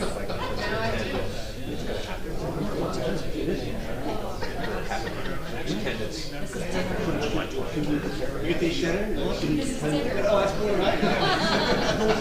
Actually, this is lunch too. I had a municipal. Even then, I had to go to soccer practice. I was coaching soccer practice. 3 to 6 years. Yeah, I've been trying to go to. It was a lot of fun. Somebody brought a kid who's 3. He is the biggest face. He's so cute. He just wanders off. You gotta almost move the little ones to one side, and I got like kindergartners, like, you know, ready to really start playing seriously. 3 to 6 is a big age. It is nuts. What they're doing is, I don't know, like, they're basically have to split the team into like 3. They're lucky they have an engineer. I spent all weekend like, all right, how do I micromanage this practice? Like I have a spreadsheet with all the kids' names, like moving them to different sides. So all of a sudden I have like a list when they show up. I'm like, 4 years. What town is that? Freehold Township. Half the kids are just crying and they're out there. The other ones are like full contact football. It's hilarious.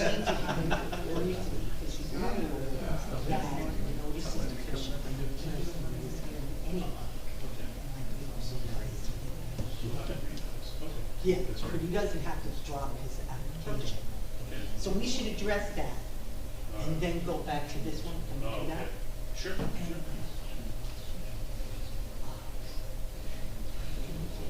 We got that new, concert venue there, What, did I play? right? Outdoor,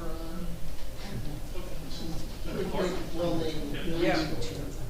I just heard about that. It's like 3,000 people. Yeah. Count Basie opened it up. Yeah. We're in Freehold.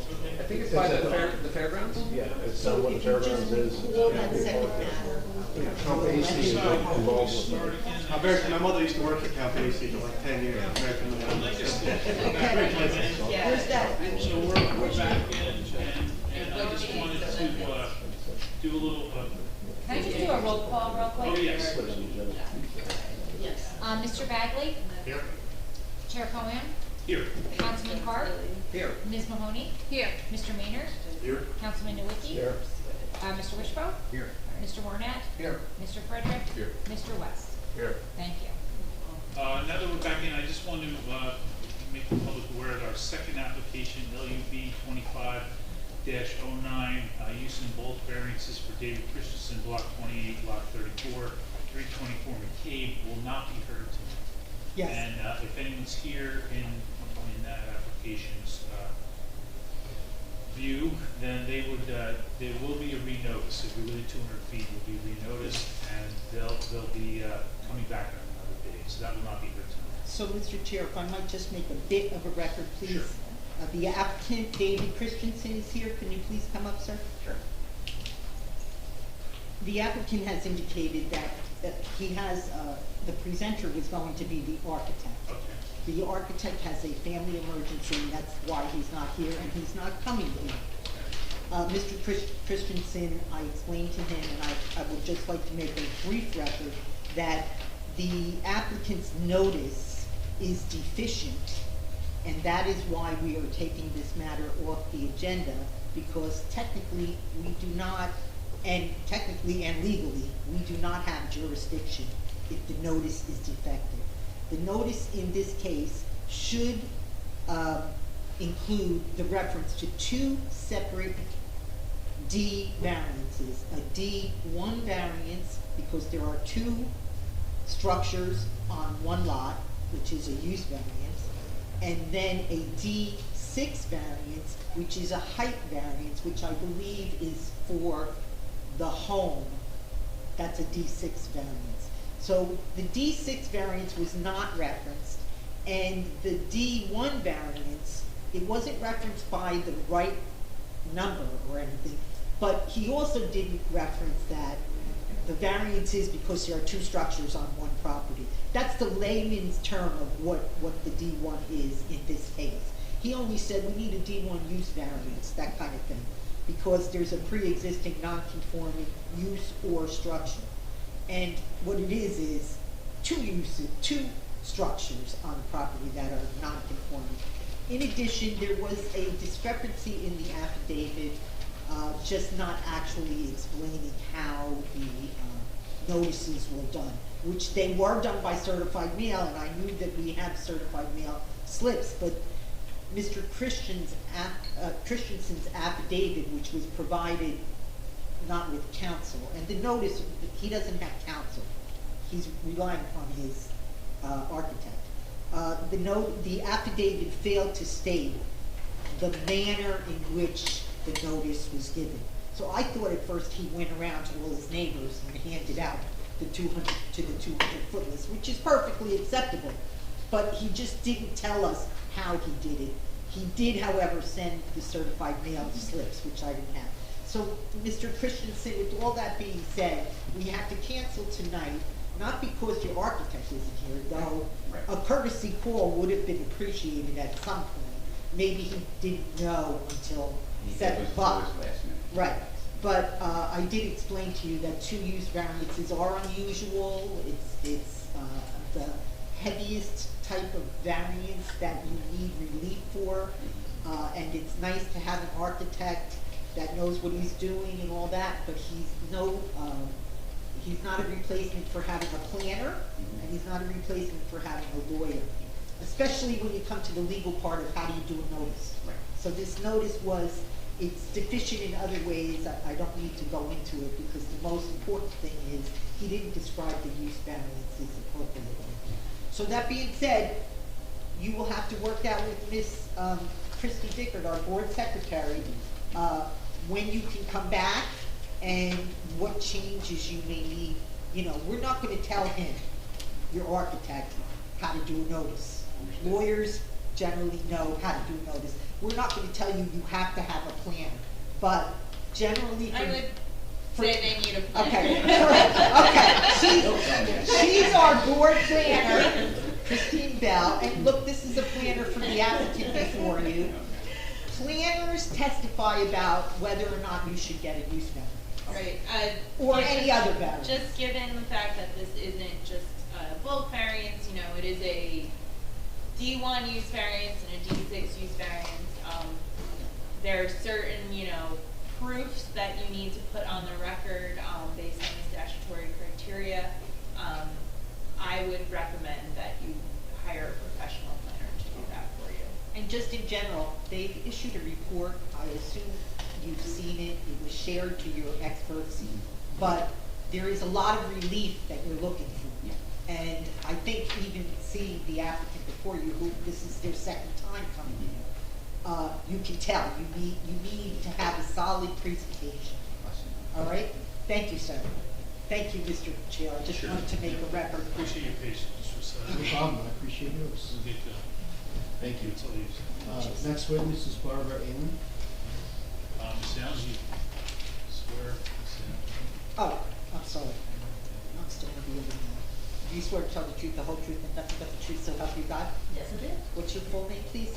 My name is Barbara Allen, E-H-L-E-N.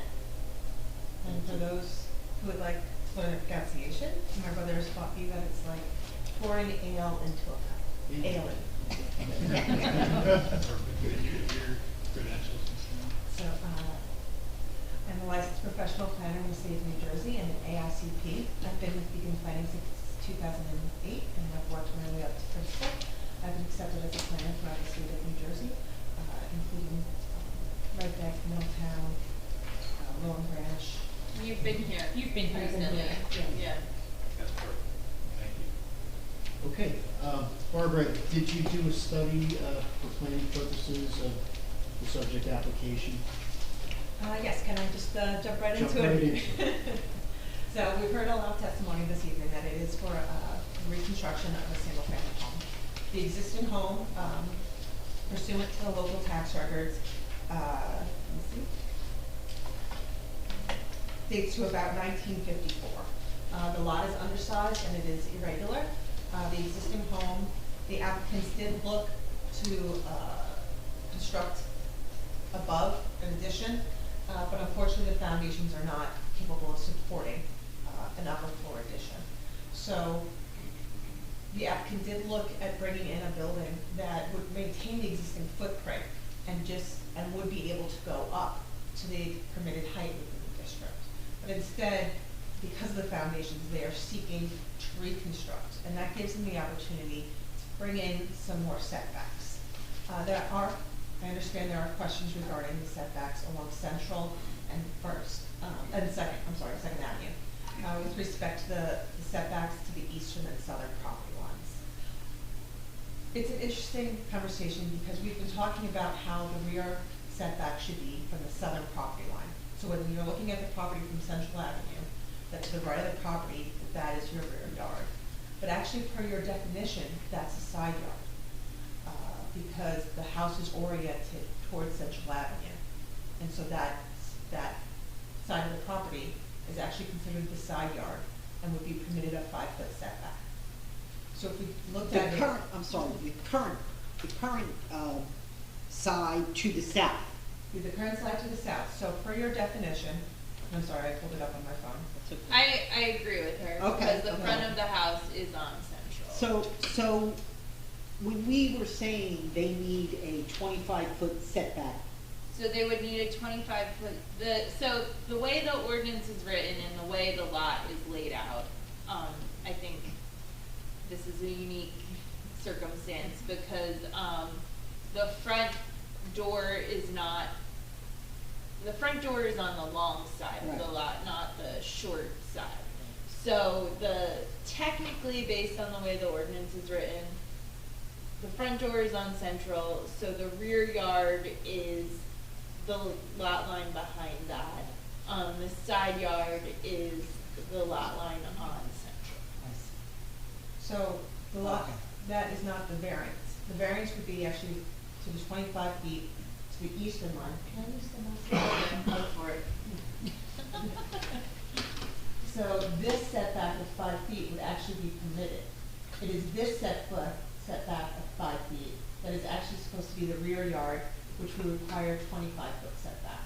which you can't possibly do. Which we can't possibly do. The southern lot line is only 38.08 feet long. So requiring a 25-foot front yard and a 25-foot rear yard, there would actually be there'd be negative space for a single family home. And I believe with the 15-foot that applied to Second Avenue? Because one No, frontage. No, that's based on the averaging. Okay, so even with the 25 and a 15-foot, we would still be at 35 feet, and you'd only have a building with a 3 feet permitted within this section of the lot. That being said, as it is a corner lot, visually, although the ordinance says there's a side and a rear, this does appear as 2 side yards. And this house will now be set back 5 feet, which is the expectation of the house adjoining it. As a central house, that house would have expected 5 feet on either side, and we are providing that 5 feet. So with respect to light, air, and open space, even if this was a conforming lot, if this was another interior lot, that neighbor would only expect 5 feet. So with respect to light, air, and open space, we do respect what's anticipated. And it is a function of the fact that this lot is irregular and it is undersized. So we're providing setbacks that are visually anticipated. I have one within the question. Did you, neighborhood. since you're saying the lot is undersized, did you issue buy-sell letters to the neighbors? Did you see if there was any additional property available? So an undersized lot that is already developed does not need to provide buy-sell letters.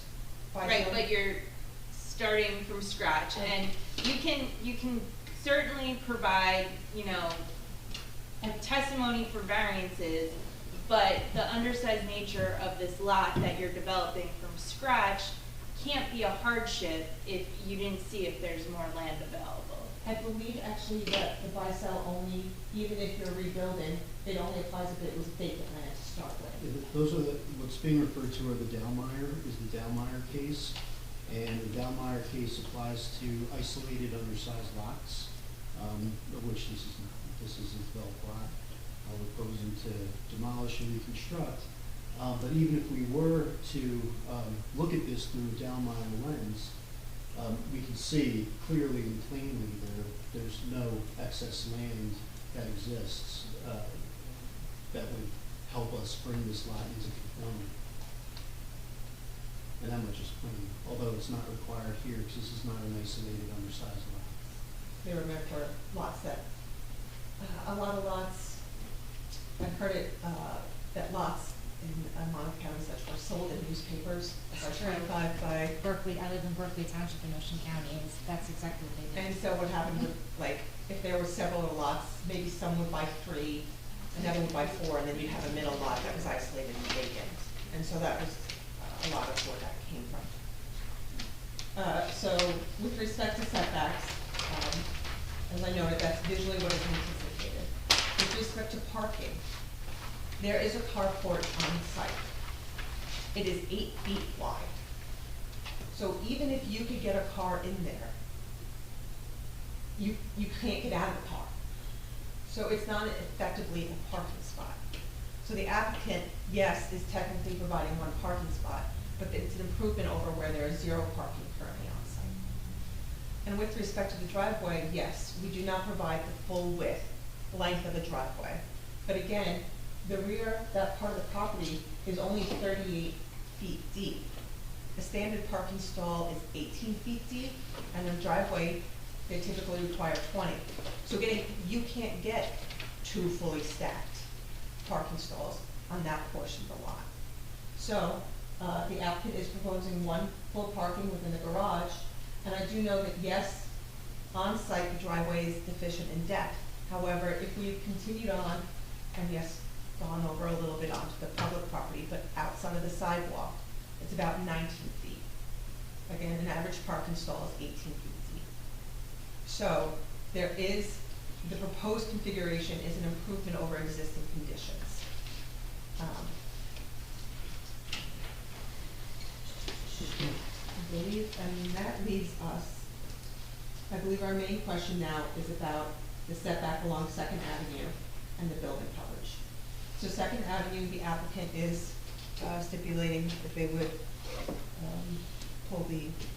I want to represent, Mr. Chairman, that the applicant is also proposing to modify their application at this time to reduce the porch along Second Ave by 2 feet.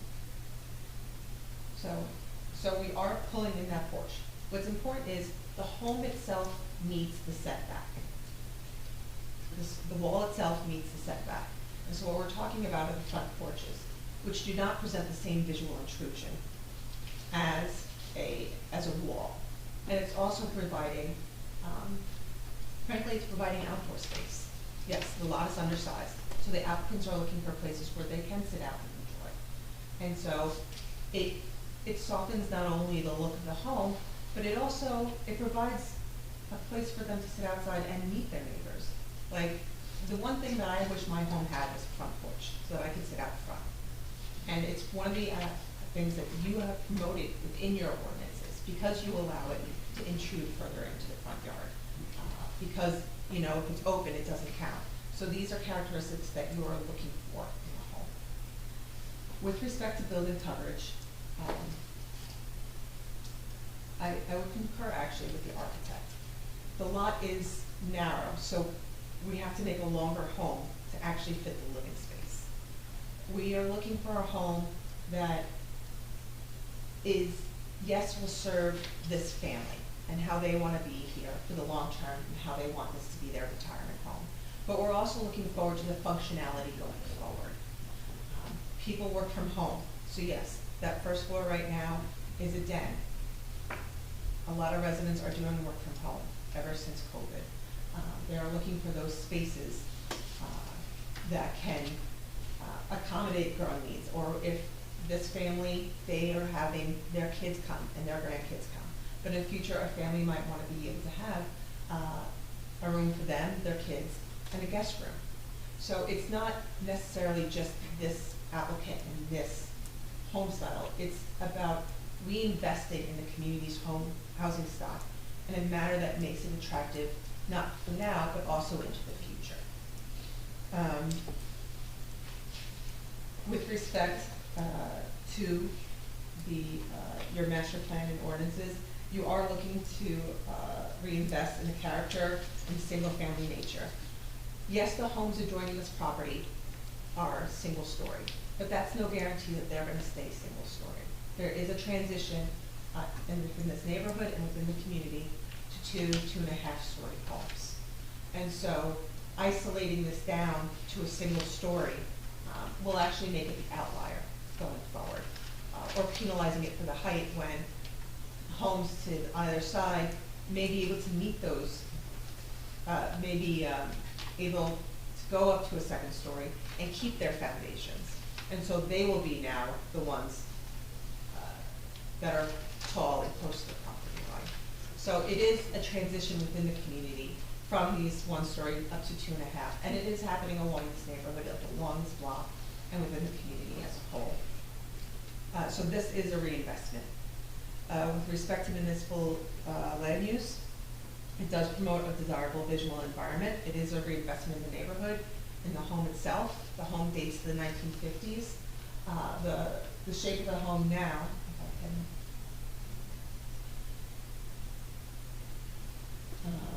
kind of has a larger sawtooth going on. And what happens is it breaks up the interior living space. So you can have these tiny shifts and everything, but suddenly when you're going forward, you don't have a continuity within the home itself.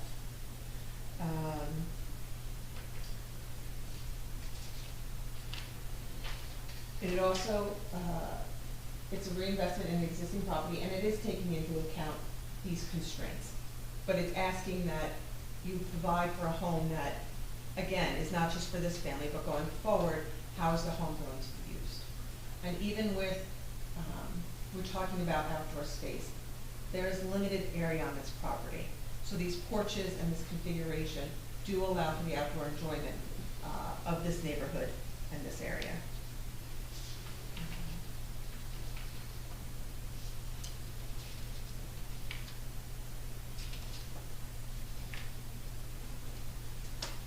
I also wanted to note that we are bringing down the impervious coverage from an existing 63.13% down to 54.31%, and providing drainage where it is not currently provided.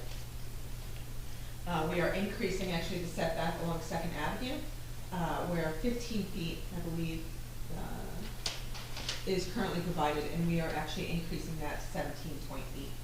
And with the extra 2 feet, I believe that should be 19.8 feet being proposed.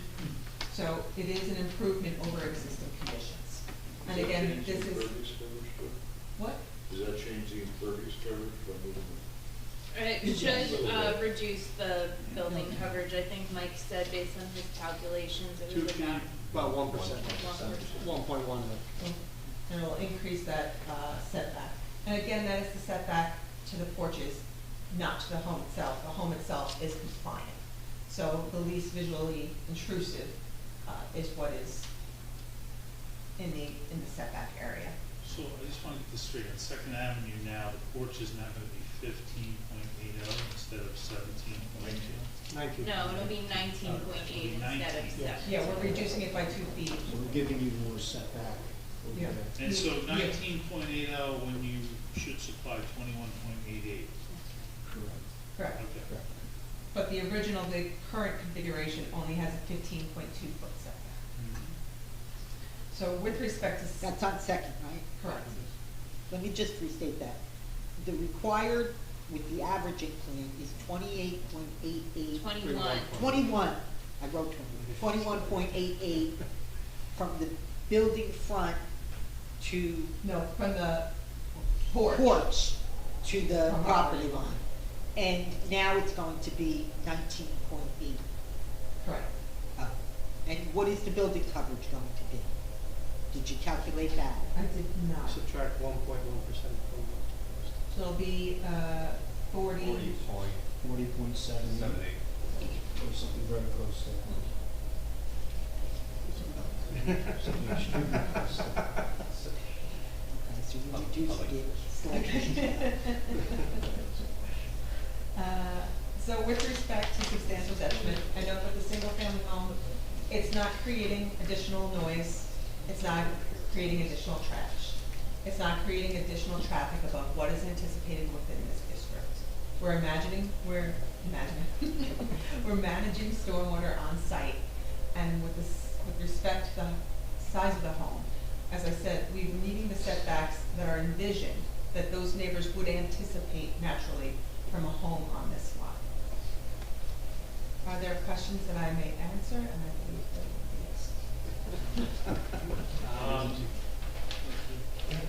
Can you scroll? There's always arguments on whether or not we're scrolling down or up. So here, so these are the plans these are the revised plans that we were presented, and we're looking at a building envelope which has a 25-foot setback in your southern line. No, this southern line is. No, center line of the building footprint. Look at the Not the actual building itself. building envelope. Setback envelope. Yeah. So, so now you're claiming that this is wrong.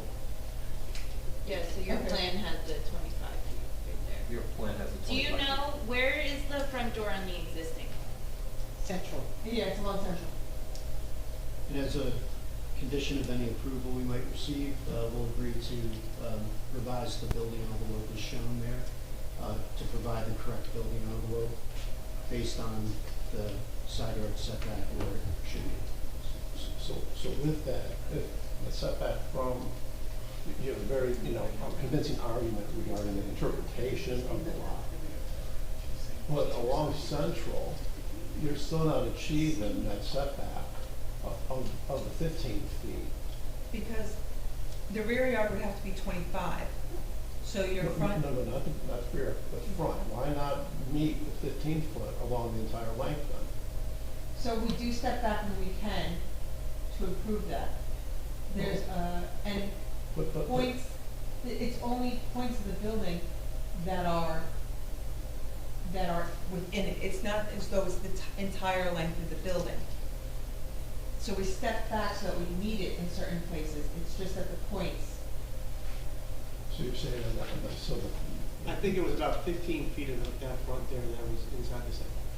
okay, so that little piece sticking in the right, the last piece where the garage is, you're saying that that's basically all within, that one corner comes outside.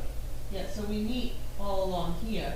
It's where this lot line starts to come in that we run into our difficulties. And even this, like, over here, this 10, that's just the porch. Each of this corner of the building is. It's actually hard to see because it's in the driveway. Yeah. And so the shortest is here. So if you project that parallel line, the 15-foot offset, and you project it all the way to the right, to the south, to the corner of the garage, the garage is outside that setback as well. It is, yeah. Yes. If you were to draw that Yeah, setback, I based can- on your interpretation of our ordinance, that corner of the garage would be outside there as well. And we're still having excessive building coverage. So could we actually shrink that house a little bit to fit your setbacks? So to meet the 15, you're saying? Yeah, to meet the setbacks as you had interpreted them. With the maybe exception of a corner here or there, but pull it in so that you fit within the revised setback envelope. See what I'm saying? I see what you're saying. Let me ask, I have to ask the engineer. Because then the garage doesn't fit that, because then, or more of it's outside, and your variance would be for these corners. Right, I think, and maybe you can speak to this a little bit more, I think, just overall, the board's, feeling is, building coverage is a ratio, right? So theoretically, you should be able to comply with that. If your lot is a little bit smaller, maybe the house you put on it is a little bit smaller. So why, So in this instance, I see what you're saying, is it's also the fact that it is we're narrowing. So we're trying to match the character of the lot.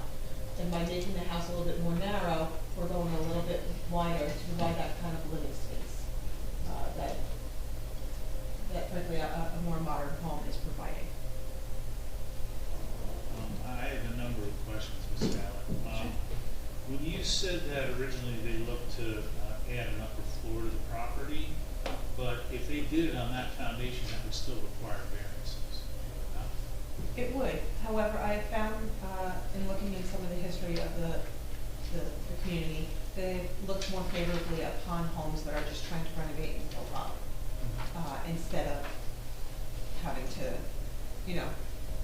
if a home was established with with those foundations and those locations, typically there's a little bit more leeway with the board in discussing that, just because of the hardship of moving a foundation.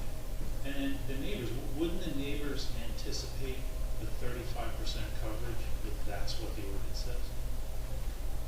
It would depend. A lot of the homes in the area, it is different areas, different home types. A lot of the homes are older in the area. With respect to percentage, I'm not sure how visually obviously it would be, just because we are meeting setbacks, those side yard setbacks that would be anticipated by the neighbors. But wouldn't they anticipate you would meet the 35% so that you wouldn't have the 70 feet of bulk? Yes, but in this instance, we're actually increasing the amount of pervious. So in one instance, you are seeing a larger home, but you're also seeing more grass area. But grass area doesn't help me with air and light, does it? In this instance, I am finding that the air and light isn't the same impact, because it's a corner and those two homes on either side would expect about a 5-foot setback. But if you use that back line of 25 feet off the southern line, there'd be much less bulk that the neighbors could expect. The 35% is the expectation. You were here at the last meeting, and I said, on a vacant lot, it's a non-starter. So I'm saying it again right now, because there was an expectation that the residents deserve. As I said at the last meeting, we don't have floor area ratio. So the only thing we have to protect the neighbors from bulk is the 35%. Your clients have testified that they're going to wipe the lot out. It's going to be an empty lot. So everyone should have the reasonable expectation that it would be 35%. I would opine that also, in the current instance, it is a higher building coverage than what is being proposed. So the current building has a larger building coverage percentage than what is being proposed for this application. The current building? Yes. Oh, absolutely, but the current building is only 16 feet as per the testimony of your architect at the last meeting.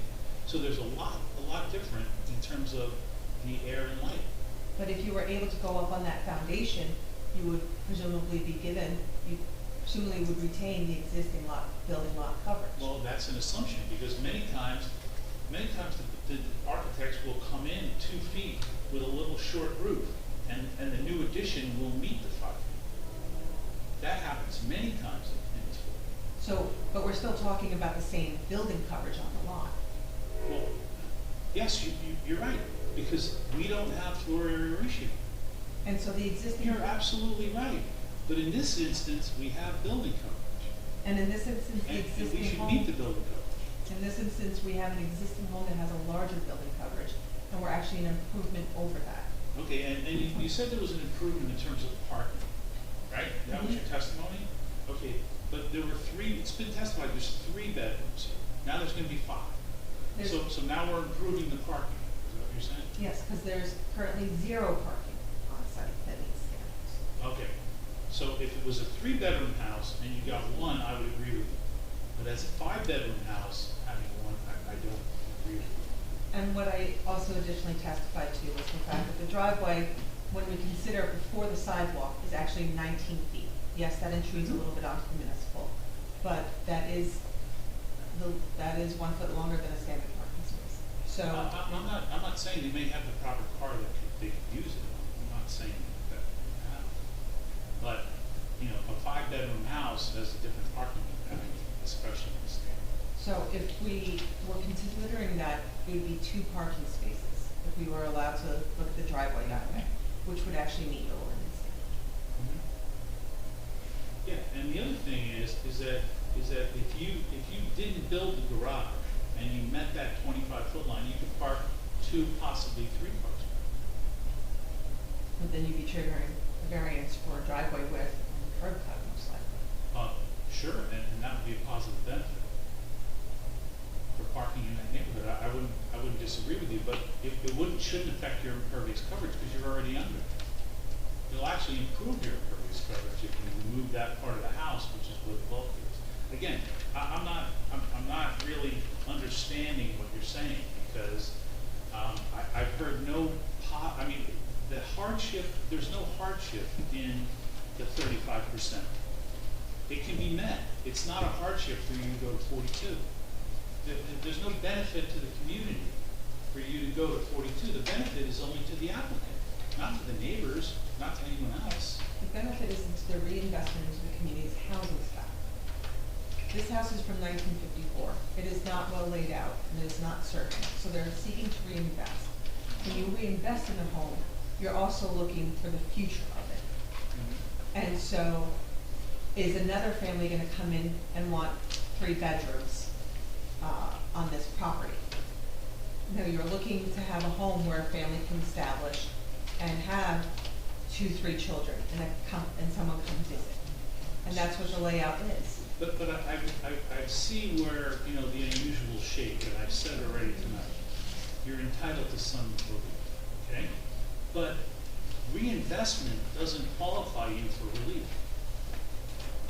So it's reinvestment that's looking towards the future of this house, of this house on this lot going forward.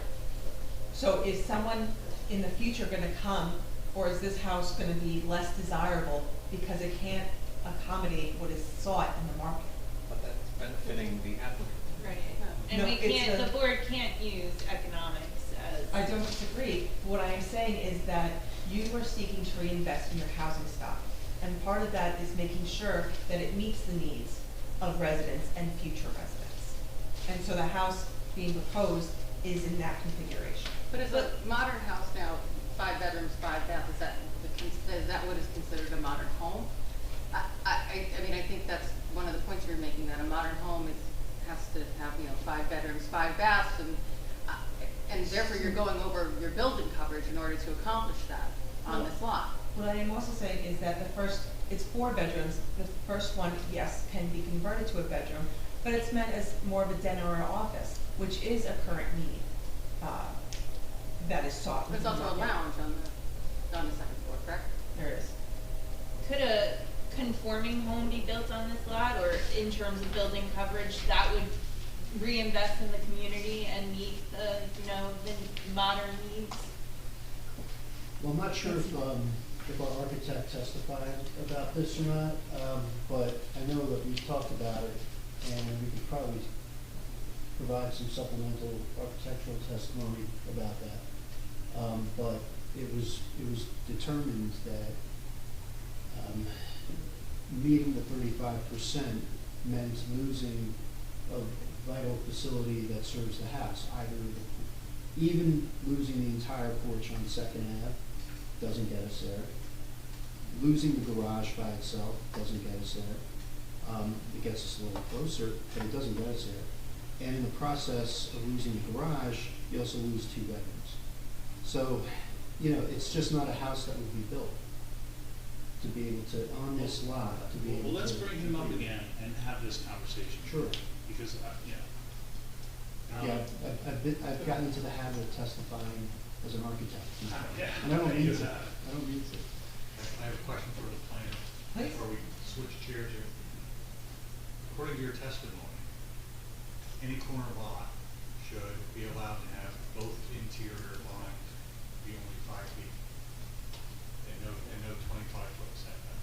But you're saying this is what the neighbors expect, so you're saying it's okay for the rear yard here to only have a depth of 5 feet. And you're saying it's okay for the side yard here to only have a depth of 5 feet.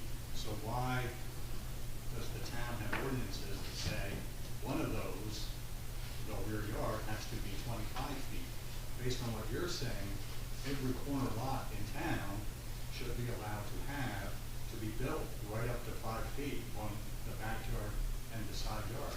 And I don't think that's what the ordinances are there to say. In this instance, the front yard is actually along Central Avenue.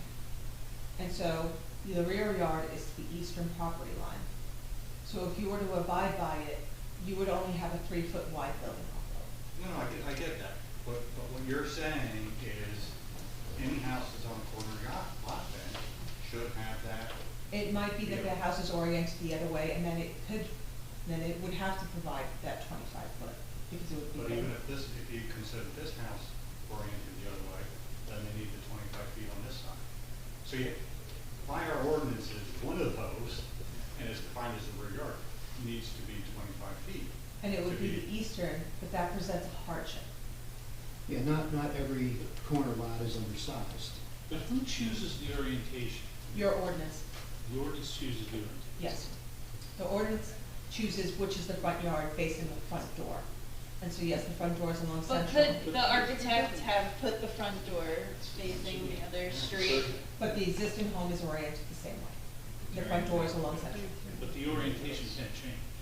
Well, but you have to do certain legalities to change that. Well, I mean, You know, the US Post Office, the fire service, the building department, are all our other side streets along Evergreen or along the other road at the front? I mean, it's not simple to just say, change the front door. But the engineer previously testified that the side setback was different than what you testified. Yes, and we had double checked the definitions before I came up to verify. Okay, so his testimony is not correct. With respect to the setbacks, the stormwater and everything that's proposed, yes, but not with regard to the standard that applies to it. And I believe they were operating under the assumption that, you know, based on what they received from the zoning officer. But our planner looked at it, agrees with the board planner that this is correct. And was there a question for me before the architect? Well, any other questions of Mrs. Allen, before I open it up to the public, and then we'll bring out the architect's staff. Any questions, from the public of Ms. Allen, the planner? Step up. Please step up. Cynthia Ranieri, R-A-N-I-E-R-I. Here, Second Avenue. So I'm just, you know, this is the Google Earth viewing, or whatever it is, but like, this car in the driveway fits, there's room behind it, so. So the current, I don't believe the current driveway is conforming either. So that's an existing condition that's proposed to remain. But did you testify that a car doesn't fit in the driveway now? That it's not compliant, so technically there are 0 parking spaces on site. So even though a car fits in the driveway, it's not considered a parking spot? Correct. Okay. So, It has to have a certain width and length. okay, even though it's a car. Okay, thank you. So as far as, you know, side yards, so you're saying that, are you saying that that where all those pavers are along the back side, you're saying that that's the rear yard, but only for this property? Or is it that way for all of the properties that So- are in Bradley Beach? It depends on which way the home is oriented where the front door is. So it doesn't even matter that there is already a door to go into the house on the second side, there is a sliding door to go in, so there is an entrance there too, right now, that doesn't matter? Well, this would be the main entrance is along this. But is that, does it say that in an ordinance that? Yes. So that part of the back, that's the rear yard, so that should be 25 feet away from my property line, you're saying? Correct, but in this instance, the property is so narrow that abiding by that would actually severely limit what we call the buildable envelope, or where a house could be built, respecting all setbacks.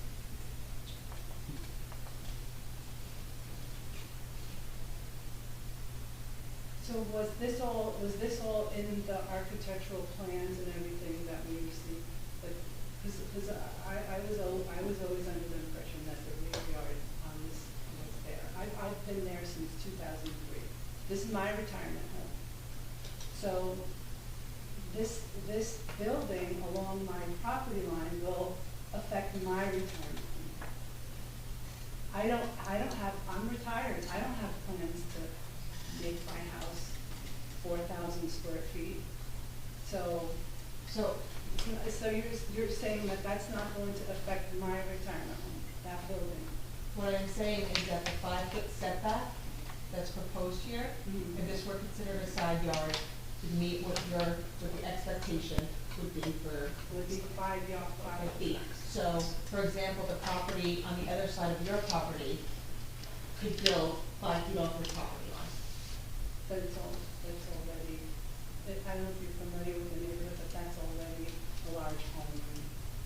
understand, I'm just saying that the expectation within the ordinance is that you would be provided 5 feet.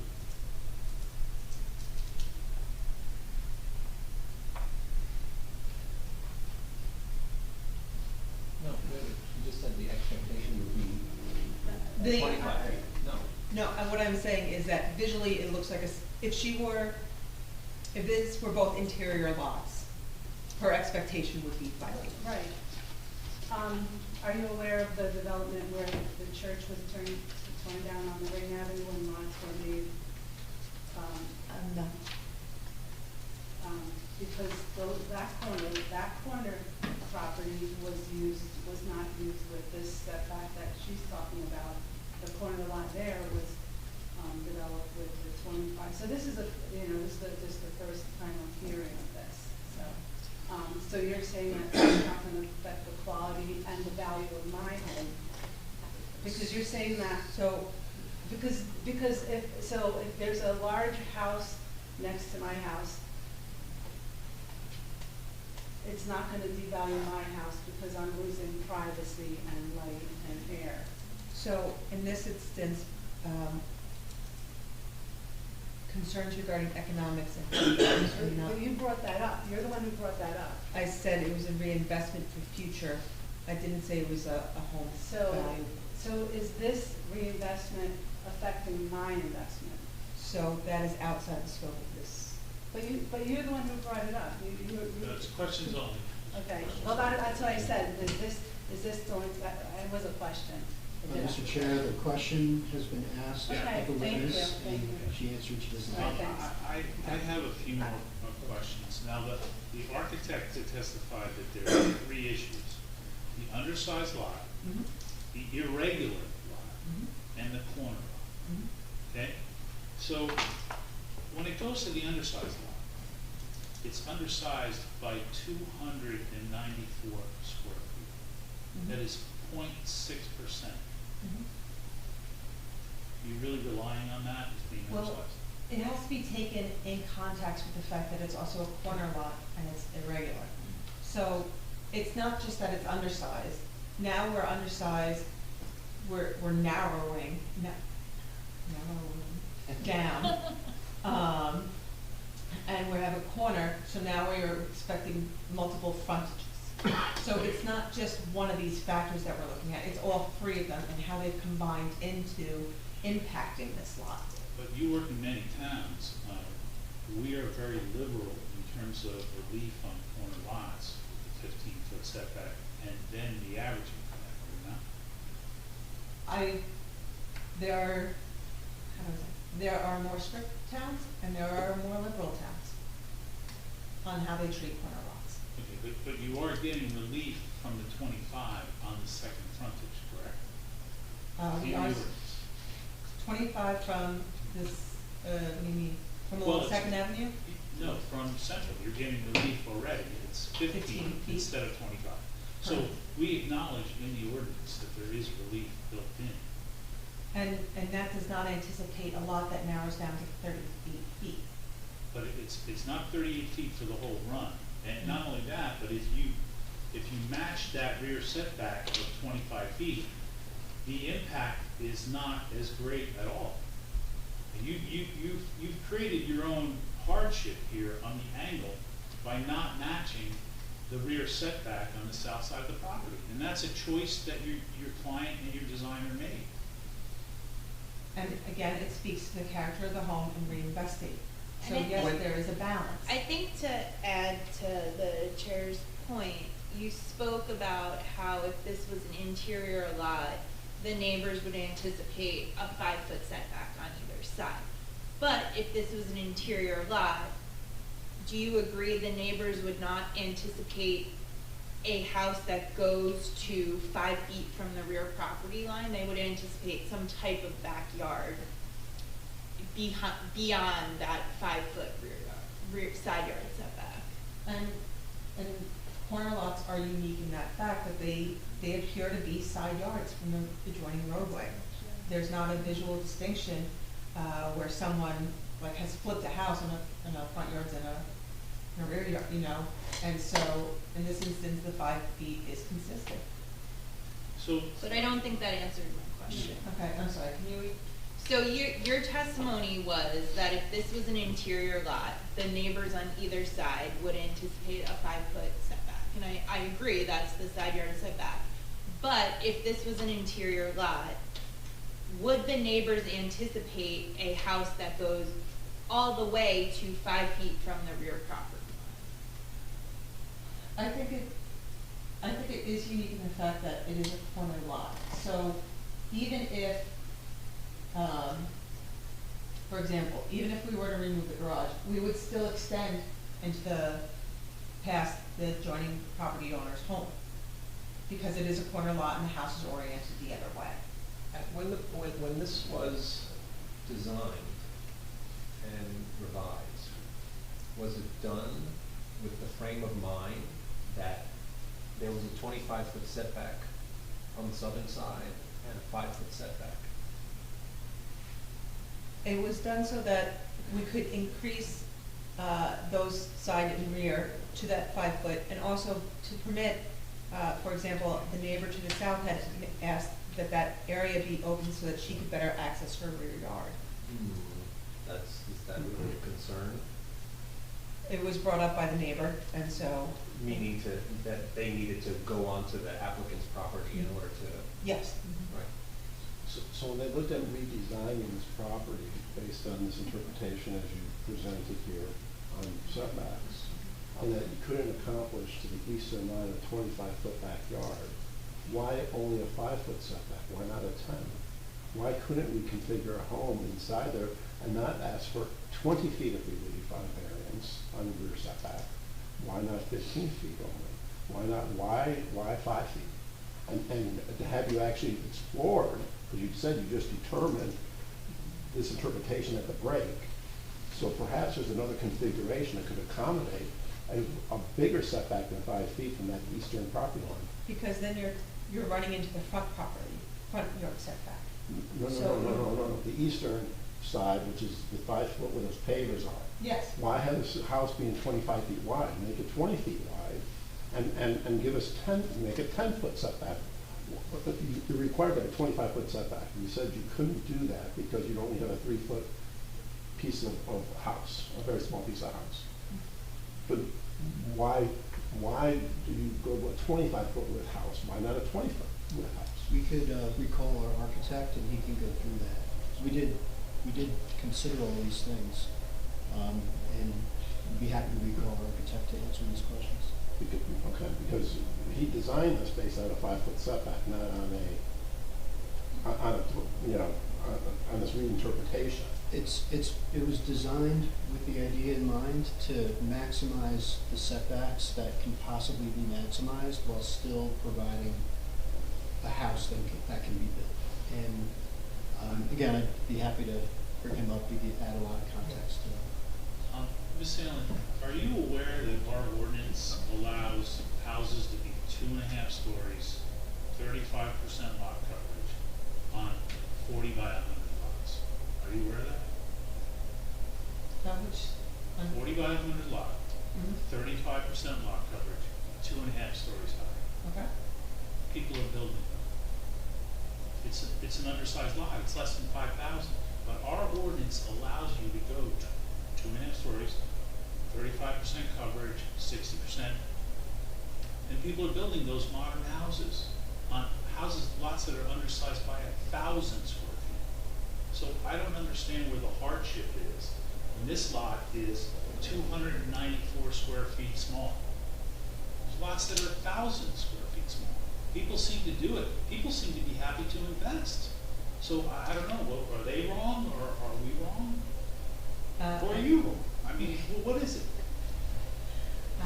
I think it is, every application stands by itself, and yes, this is an older property. There are considerations with respect to having to take down the home and to reinvest. But your client has every right to renovate the property that's there, correct? And unfortunately, the foundations that are there are not sufficient or are not in good enough shape to accommodate that. Okay. Anyone else have any questions? Mr. Chair, you didn't continue the public. Oh, meeting. anyone else from the public? Otherwise, I'll close the public portion for Ms. Allen's questions and, oh, wait, what? So, so. You have to come, Yeah, sorry, you have to just come state up. your name again. Send you an area so that they're gonna, so like this was in all the plans, so are you saying that this is wrong where it says, minimum rear yard setback 25 feet required, so this is wrong? No, it's 25 feet required, it's just a different property line. I don't understand. So, in that review letter, this property line is. No, we don't, it doesn't say what property line. Yeah. So It just says that the rear yard setback's 25 feet and you're providing. And you have the same setbacks for both sides. Yeah, and you have the So- same setbacks for both sides. It's the same. So minimum rear yard, minimum side setback, No, what's really thrown us off is the fact that the building envelope, setback envelope is drawn incorrectly on these plans and the revised and plans. this has two fronts and, this has four, Right, because if you were. two fronts and the side and. Right, if you were to, if we were to draw what it really looks like, it would be this little skinny thing. That's right. And it would require, in my opinion, some relief. I don't know whether or not it's That was 20 feet up. My question was about this, because this is showing That's- 4 yards. Well, that's. So this is correct. Right. That's correct. I think. And for the record, she's referring to the chart that's contained in our board engineer / planner report, recently dated. Thank you. Thank you, Ms. Allen. Appreciate it. Okay, I'll recall Corey Bernays.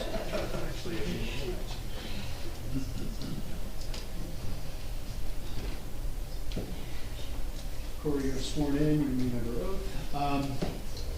You heard that colloquy, yes? Yes. Do you have any feedback on some of the questions that were asked, and specifically, why can't we provide, 10 or 5 more feet of setback along that Second Avenue property line? And also, why can't you meet the 35% building coverage? What does that That's the do big to one. the design if we tried to do that? So, to be clear, you can build a 2-bedroom Cape on it, so meet all the requirements we look at here for release. So, when there's will, there's a way. We can build any house to meet all the requirements. What we're looking to is build a house that meets the applicant's goals. This is, it's an investment for their house and for their future. So what we were looking to do was to improve the conditions and treat the lot on its own merit and try to present a project to the town that would be a suitable house for both the client and the town as a corner lot. We approached the project with, this is the best we can do on this lot that meets all the requirements, and we'd like to get your opinion on it. The way this hearing is going, and I mean, different towns that have experienced different, is it's more about how can we shoehorn the requirements of the township onto this lot. And I don't think that's gonna be a suitable direction for a client. And it's not just one, it's all three put together. It's the fact that it's a corner lot, that it is undersized and irregular. So if this same building were to go on an interior lot, its footprint could actually work. So if I took an interior lot that's 5,000 square foot, 50 by 100, you gave it a 5-foot setback, 25 foot front setback, 25 foot rear setback, it would be a 2,000 square foot footprint of a home. The footprint of this home, Bob just gave me a 1661. So it's smaller than a home that would be on an interior lot. So it's a challenge because it has to sawtooth back, because it has to step back, because it has to be narrower, it's getting longer. An interior lot would have a 40-foot wide house, this is 25-foot wide house. So it's kind of hard to target one of these conditions and why can't we meet them? It's the lot. It is what it is. It's an existing lot and it has its own challenges. There are 1,000 different house designs that you can build on this property that will meet all these requirements. Perfect, so this lot is not zoned into economic and utility. This is just a choice of your client. Yes, So there's no, so economically, a house can be built. absolutely. Great. Corey, how many bedrooms could there be sufficient parking on a house that, did you look at that and do you know for sure the answer is that? We evaluated bringing that garage in, and the trade-off would be we would lose 2 bedrooms, and we would still not meet the building coverage. We would bring that garage all the way to the sides. Isn't there one bedroom completely above the garage? Yes. How do you lose two? If you could pull up the architectural plans. The mess is in front of you. So just go back. And yeah. And then scroll up. No, Scroll scroll down. down. Today's agenda. Today's agenda. Scroll down to your resubmission. That's the original plan. Yep. Yeah, go back. Sorry, the revised submission documents. So I wish I had my software, I can sketch it out, but essentially we talked about bringing this garage and this stair all the way over. Right, we brought this stair and this garage all the way over. It would be similar to this, right? We would lose the bathroom, the den, we still have an entry. So we lost a bedroom on the first floor. And then up above, if we took all this, moved it all over, we would essentially keep this bedroom, but in terms of having an ensuite with its own bathroom and closet, we then have to take over this bedroom to be the ensuite and the closet. And the way we would recapture that is to make the third floor another bedroom. The third floor is entitled to be 2 bedrooms and a bath. They're entitled to 2 bedrooms. And you do have that lounge on the second floor that could be used as a bedroom, take care of that square footage that we're looking for. Understood. I'm not arguing that there aren't designs that work on this property that's less of a development than we're proposing.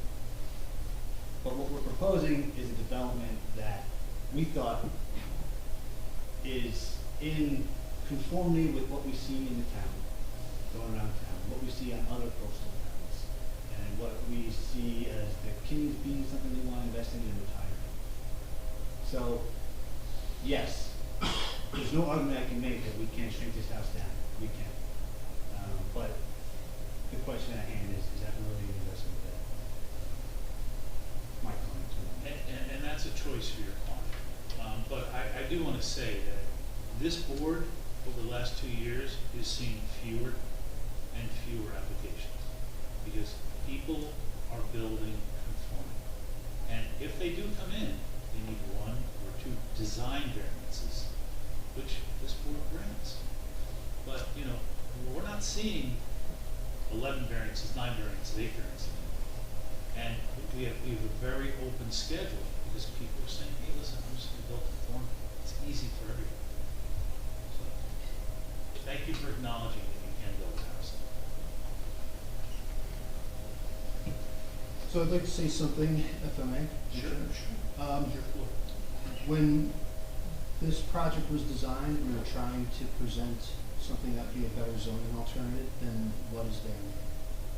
To that end, we eliminated a minimum front yard setback that exists. We improved a porch setback on Second Avenue that exists. We eliminated a side yard setback that exists. We improved a rear yard setback that exists. We improved maximum building coverage. We provided a drainage system. We enhanced the parking on the site. All this with a difficult lot, and tried to provide the town with a beautiful new house on a lot that was very challenging, but one that would be a better zoning alternative than what already exists. But that said, having listened and heard the board, at this this time, my clients are respectfully withdrawing the application.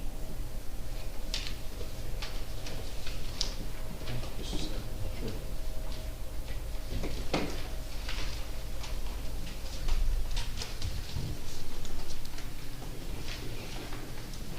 Okay, we have, Did you want to review the letter so that we yes, can I'd get that out? like to turn that over to Mr. Nowicki, who's working, Councilman Nowicki's working on the promenade. And that's the reasoning for this letter. I'm happy to be here, so, Okay, so, the borough is undertaking a project. 2.5 years ago, we received a grant, 3 years ago, we received a grant from the DCA, a federal grant, that basically awarded us $4.2 million to extend our promenade from 3rd Avenue to 2nd Avenue. 3 years ago, we did not get a resolution to advance this project in design until last year, which we then pushed the engineer to advance as quickly as possible the planning for the promenade extension. It came to light that based on the beach management plan, that we have restrictions when we can actually construct the promenade on the beach because of bird nesting and because of capital. So we have to go through a capital permit, and that they have restrictions when you can build on the beach. We just experienced the Outfall project that we did down there at Evergreen by Bradley Boulevard between us and Sylvan Lake. And we had basically 2.5 months of delays through the winter that we could not build. And again, we had to meet those restrictions, and now we had to stop construction, can't restore the greens because of the summer restriction. This promenade grant for $4.2 million, the federal government basically is saying the cutoff expenditure of that money is December 31st of this year. Spend it or lose it. And so we are asking the DEP to waive any restrictions so that we can advance the construction once we receive our capital permit. And this comment letter is basically going to NJDEP for the capital permit, requesting and urging that we get some leniency of summer months to be able to construct this project and be able to complete it within the time frame of this grant, which would be December 31st. So we've asked the Environmental Commission has submitted a letter in support. I reached out to the chair and to Christie and asked them if they could draft this letter of support as well. The project of the promenade extension, people look at that and say, oh, it's a boardwalk enhancement, right? It's an extension of a walking path. Yes, this is true. But more importantly, this is a resiliency project for flooding and flood protection for the town. And the lowest elevation of this town happens from 3rd Avenue down to Bradley Boulevard, to the border of Avon. That is the most vulnerable area of flooding from the ocean because of the lowest elevation of this town. And so this money that we got from the federal government is critical to improve the resiliency. We hear about Riel and flood impacts in the CAF. This project is the first step of helping to build additional resiliency. And so we'd asked support from this board to urge the DCA and DEP to allow us in that permit to basically give us a relief from the moratorium of construction within the months between March 15th, which was already passed, and December 1st. If we met the moratorium, we would not be able to build this project, and we would lose that $4.2 million. So that's the bottom line. And unfortunately, and I'll say this, I don't believe that the previous administration, when they got this grant, understood the ramifications of the timing and the critical nature of the timing of this, because otherwise we would have been under construction a year and a half ago. So How long do you think it'll take to do the project? it's a solid 6-month construction. And you have to have it done by that date? We have to have it done and spent. So we're looking at ways of trying to accelerate construction. It's again, one avenue, it's not all the way to Evergreen, this is the first piece. So we think that we could get some acceleration on it and probably get it done in, 4.5 months, have the materials delivered, and do it. We also have worked up we're working up a pretty complex pedestrian access plan, beach access plan, putting in temporary ramping at 2nd and 3rd Avenues to allow access to the beach at those entrances, even though and maintain the bathroom open at 3rd Avenue. And while we secure the construction zone, parking between 2nd and 3rd along the beachfront there on the eastern side, we would probably have restrict or actually eliminate parking there and allow the pedestrian traffic to circulate onto the street as a temporary walkway, because there is no boardwalk there, but they use the sidewalk. And that area will be protected for the construction zone. So that's all getting worked out in the details of the design. So it's a pretty critical project for this town, and it's it's unfortunate that we are not already under construction, or should have been under construction this past winter for this project to have done it right. And then we would have been delayed, and we would have been stuck with the same situation of trying to get this thing done before December 31st. We just have to have more to do right now, and we got to get DEP to agree to waive restrictions on this moratorium so that we can build. Any idea how long that will take? How long it will take? The public comment period is over Saturday.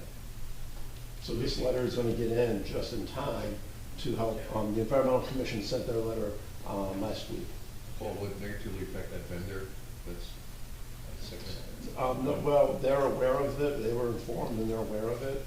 The towns right now, the concession, they're fixing up the what was the 2nd Avenue grill, and they're aware of it, what's happening, and then we would be able to provide access still to it. That's at the limit of the construction.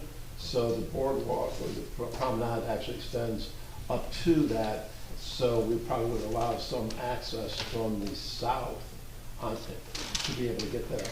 It will potentially impact their business, but we're looking at ways to try to mitigate that, maybe reduce some of their concession fee for this first year, that type of thing. So we're looking at ways to mitigate that for them, to keep them engaged. It's an ongoing discussion with them, so they're focused on that. Yeah. Weren't we gonna use some of the soil from Sylvan Lake? So the bulkhead project, we just advertised that yesterday at Sylvan Lake. That's along Bradley Boulevard where that snow fence is up. So that's getting replaced. The advertisement was yesterday. When they excavate out that material to put the wall back 6 feet to tie into the other existing wall at Madison, that material will be used as fill at the promenade. In addition, That works timing-wise and everything? yeah, because we're trying to get to construction now, and so then they would excavate that out, so that's a coordination thing. And also, all the boulders that are piled just to the south of Evergreen Beach Access, that we took out of that old room that we just replaced, we're using all that rock to armor that seawall. And so that all has to get trucked over there as well. So it is a complex, and it's going to be disruptive. People are going to be freaking out, literally. And it's going to take a real major communication plan this time to really understand. And so you guys are getting, the wiki cliff notes of this, with a request to help support this by letter to the DEP for a capital permit, waiving of some So if restrictions. this is and whatnot. postmarked tomorrow, we're I think we're okay, yes. Yes, I was I'd gonna say, like to it's make not a gonna get motion that we forward the letter to the NJDEP and to have a second.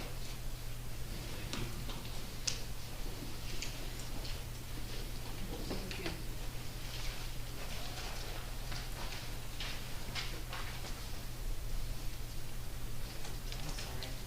Sorry. Who was my second? Mr. Crowe, Councilman Crowe. And do we need a roll call on this? This isn't a No, resolution. just take it. All in favor? All in favor? Aye. Anyone opposed? Okay, thank you. No. Thanks so much, and we'll. And I will get this in the mail tomorrow. Can you just sign for me? Sure. You didn't have any changes? No. Yeah. I'll make a copy of it. You guys said that concert venue's 3,000? Yeah, it's 3:30. That's like 2 minutes up the road. There's a band that I saw, Lake Street Dive, Yeah. who's playing there. My daughter wants to do it. Oh, they're playing around here. She's like, where? She lives in Freeport. Yeah. Oh, That's my part of town, I'm right down, Gilboa. yeah, she's by the courthouse. Seating is unclear. No, it's like standing.